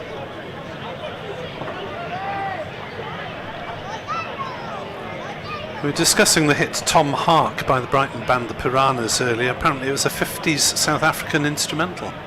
Robinson comes in and bowls short, pulled away, and that's going to go down towards the long leg boundary for the fine leg boundary for 4. Yes, so 79 for 7, which is why I'm not getting overly excited by the boundaries at the moment. Yes, I knew it was a cover. I wasn't sure how old it was. It sounds fairly old. So hopefully the original writer of that got a few quid from its use at sports games in the last 40 years in Britain. In comes Ollie Robinson, bowls and a full delivery, struck on the pad. Big shout for LBW. It's going to be a leg bye, the umpire signals. 2 leg byes. So at the end of that over, the 11th over, Glamorgan are 81 for 7. And Nathan McAndrew will probably bowl his final over. Speaking of money being made from being played at sporting events, I reckon this might get some good reception. Let's have a listen to see this.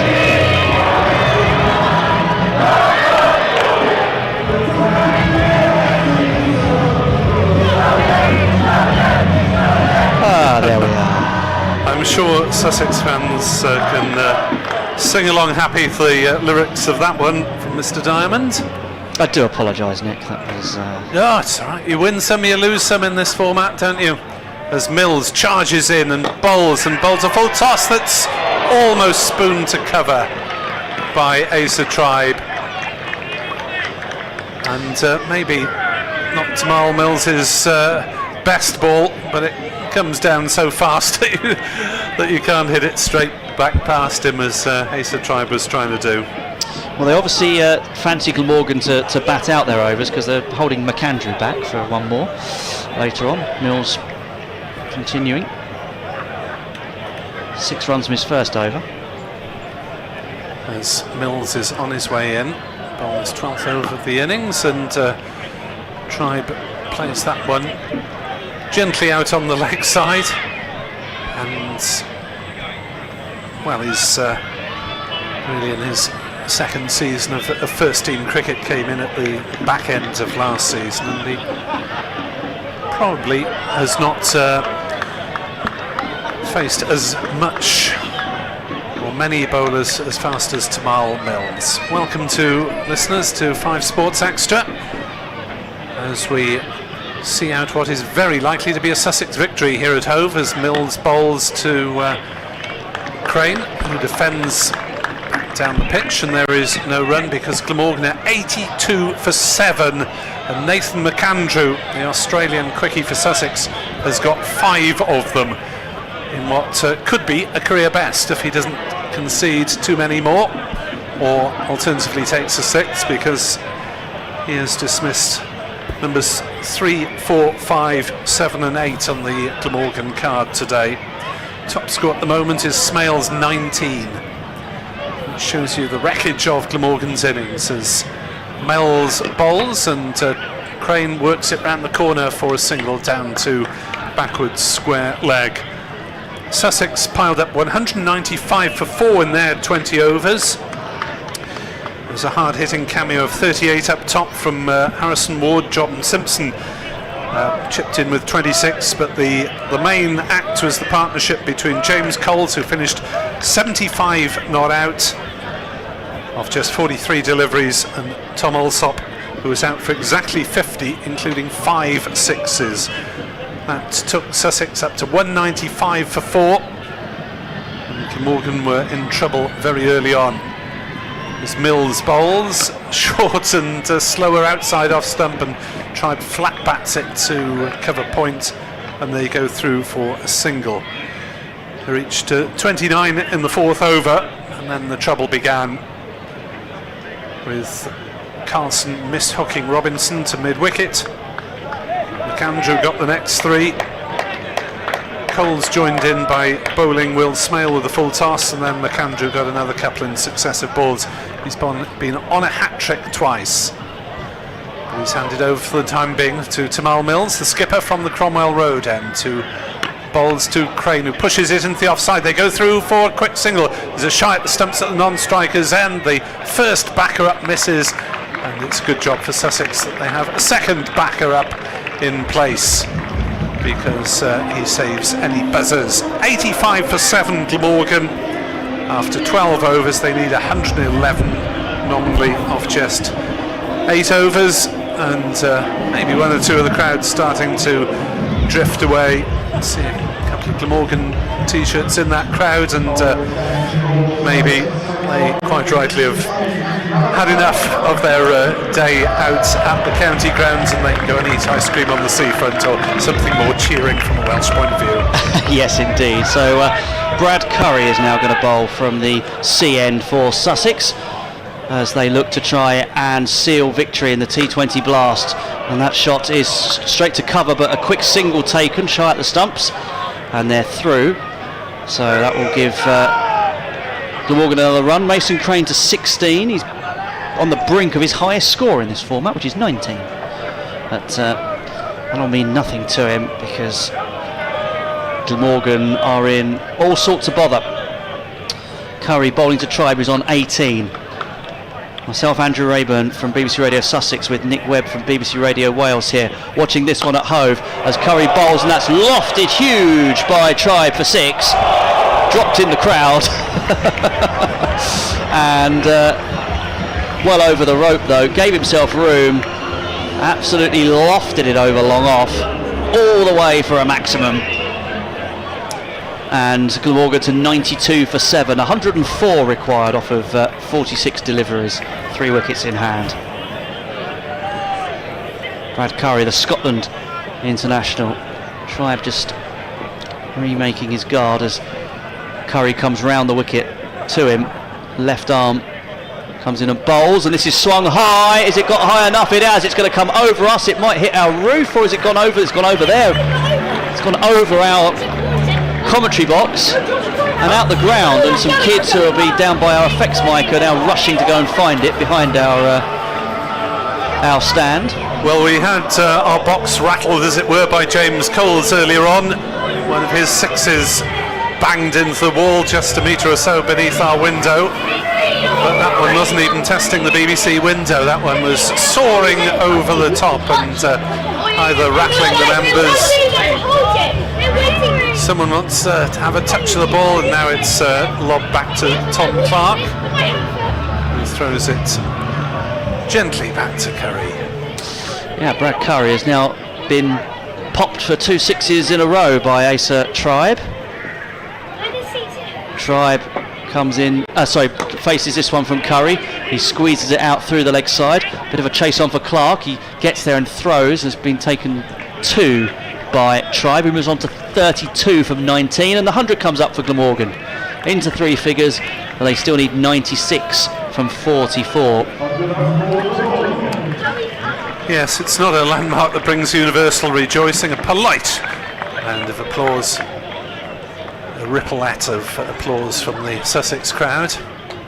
And as you said, there will be some Glamorgan supporters in, and some may live locally as well, as this one from Curry is driven firmly down the ground. Clark's going to get that one from long on. He's scampered round and a throw which is back-handed towards the stumps by Curry, but he's missed, and they've taken 2 more.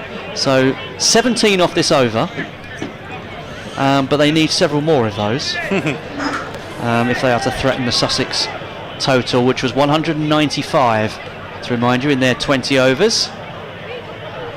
Much of the damage done by James Cole, scoring 75. There's a half century as well for Tom Alsop. Brad Curry comes in now and bowls. Swung high up in the air. It's going to be a difficult catch if it's going to be made, but it is made superbly down there at sort of third man region, but it was a fielder from short third man who would have to rush back.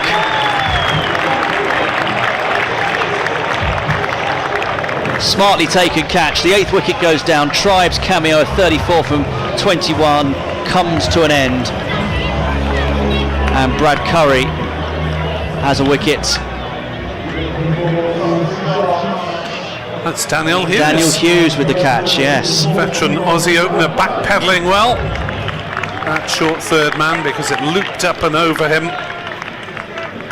And Tribe looking for another big hit over long on, and the ball going 180 degrees opposite and taken by a plunging Hughes, who was actually halfway between the circle and the boundary when he made that catch, so had some distance to make. 102 for 8 after 13 overs are Glamorgan, as James Coles will bowl from the Cromwell Road end. A mere 94 more needed for Glamorgan to win this game. 2 wickets in hand as the first ball is played away by Crane into the offside, and there's no run. Andy Gorvin is more of a technically correct batter than a big hitter, so they will just do their best to mitigate for Glamorgan now. Cole's left arm bowls. Gorvin looks to work it on the leg side. They'll hustle through for a single. Throw from Simpson, misses the stumps at the non-striker's end, and there was some bat in there somewhere, so Gorvin is off the mark. 104 for 8 here on BBC Sport Online, 5 Sports Extra, and the Sussex streams as Crane drives through the offside for a single. And it is now after the Lord Mayor's show as Sussex look to round off their 3rd victory in 4 games. Glamorgan have won 2, lost 2, or will do shortly. Gorvin knocks that one away on the leg side, takes the single. 106 for 8. Floodlights blazing down, but we've got some early evening sunshine as well. Mid-evening sunshine to illuminate the Sharks' probable victory as Coles bowls, drags it down. Crane swings, gets some sort of bottom edge. It's rowing down towards the ropes. And you can tell from the disappointed groan of the crowd that the commendable efforts of Mills and Hughes between them could not save it from going for 4. Mills tapped it back inside the ropes, but then saw the ball follow him over them. 110 for 8. Coles bowls, and Crane plays this one into the offside, down to deep point for a single. 111 for 8 are Glamorgan, and Sussex piled up 195 for 4. So 85 needed off 6 overs, just the 2 wickets in hand. And with that boundary, Mason Crane has surpassed his previous best in T20 cricket. It's 19, but he's now on to 23. Floodlights on at Hove, as you might imagine, at this time of day now, 6:30. The clouds are slightly higher than they once were about an hour ago. I think any threat of rain has passed. There was a brief spit and spot here and there, but that's diminished. And there's a good atmosphere at Hove, as the home fans, predominantly of course in good voice, as we got McAndrew bowling, and that's a slower bouncer which is played out into the offside. Shy at the stumps is well away from the guy backing up, but it's been collected by Allsop, and they won't take an extra run. So McAndrew 5 for 14 as it stands in his final over, 5 deliveries, and his best was achieved in January in the Big Bash, which was 5 for 16. Ooh, can he save going for another 2 runs, or alternatively take another wicket? McAndrew from the CN bowls down the leg side. That'll be a wide, so that's not going to damage things too much, but it's going to add 1 to the score. And 113 for 8, 5 for 15 now against McAndrew's name, of course, that wide, and 83 from 35, 2 wickets in hand. Sussex, it's one of those ones where they would sense that victory will be theirs, but it's just about doing the job. McAndrew comes in and bowls. Is there anything on that down the leg side? It's a good stop by Simpson, tumbling away to his left. There was something on it because there's no wide. Let's see what it hit. It must have come off the, came off the bat, but it bounced in front. Bounced in front of Simpson, but something was on it. Good stop, preventing runs. Attempted to pull, bit of bat, and a diving Simpson claimed it on the bounce. McAndrew, twice been on a hat-trick in this match, comes in and bowls a full toss, which is driven away through mid-wicket. There's going to be at least 2, and it will only be 2 because it's gathered in by Jack Carson down there, and it will be 2 runs. So no career best for unless McAndrew he gets now. the 6th. Oh, unless he gets the 6th, of course. Sorry. Pressure's on Nathan McAndrew. He's got 3 balls. To 3 balls to claim claim a 6th wicket. McAndrew comes in and bowls. And Gorvin tries to back away, but he can't get any serious bat on it. No run. So Crane is 24 not out. Gorvin is 4 not out. Glamorgan 115 for 8. Sussex 2 wickets away from what would be a 3rd victory in their first 4 matches of the T20 Blast. Sussex, of course, got to finals day last year, beaten by the eventual winners Gloucestershire in the semi-finals. As McAndrew comes in and bowls, and that's hit away into the leg side, shy at the stumps, but they've come through for a single. 116 for 8. That 2 really superb individual performances have set this one up for Sussex. 75 with the bat from James Coles. He's also pitched in with a wicket, and Nathan McAndrew has 5 for 18 to his name at the moment, with 1 ball left in his allotted 4 overs. McAndrew comes in and bowls a full one, which is kept out, and they've come through for a single, and that will end a brilliant spell of bowling from Nathan McAndrew. No career best, but he's going to finish with figures of 5 for 19, which has really thrilled the home crowd, as you can hear.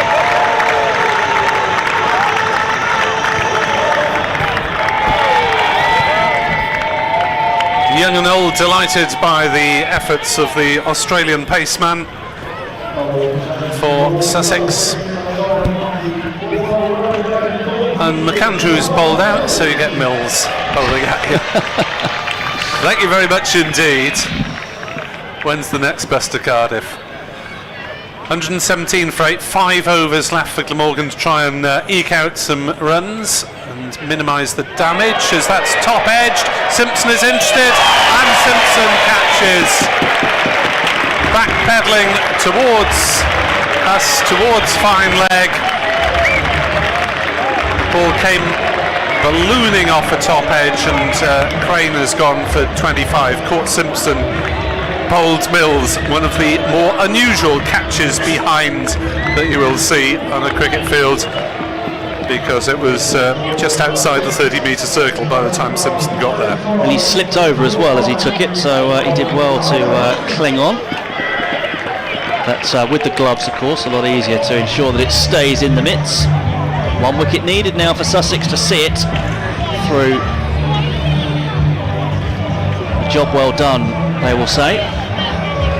And they have 4 overs and change in which to do it. Yes, Jamie McIlroy playing his only his 2nd match, batting for the first time in this competition. He was the man in the middle when that famous championship tie at Cheltenham last year edged the last ball in his court. Here's Mills in to bowl. He's bowled him. Jamal Mills wraps it up. Glamorgan are all out for 117, and Sussex are big victors by 78 runs here at home. A fantastic bowling performance once again from Sussex after last Sunday's superb bowling against Gloucestershire when they dismissed them for under 100. Now they've defeated Glamorgan. What a win here for Sussex at Hove. And really the pressure was piled on by Sussex. They got a decent enough start, but Coles and Alsop really went to town in that 4th wicket partnership. Coles 75 not out, Alsop 50. Really put the pressure on Glamorgan's batters from the start if you have to score at 9.8 and over to win a match over the 20 over period. And Glamorgan in the end bowled out in just 15.2 overs for 117. McAndrew with 5 for 19, Mills 2 for 10. Coles and Robinson also in the wickets. Glamorgan's top scorer, Asa Tribe with 34.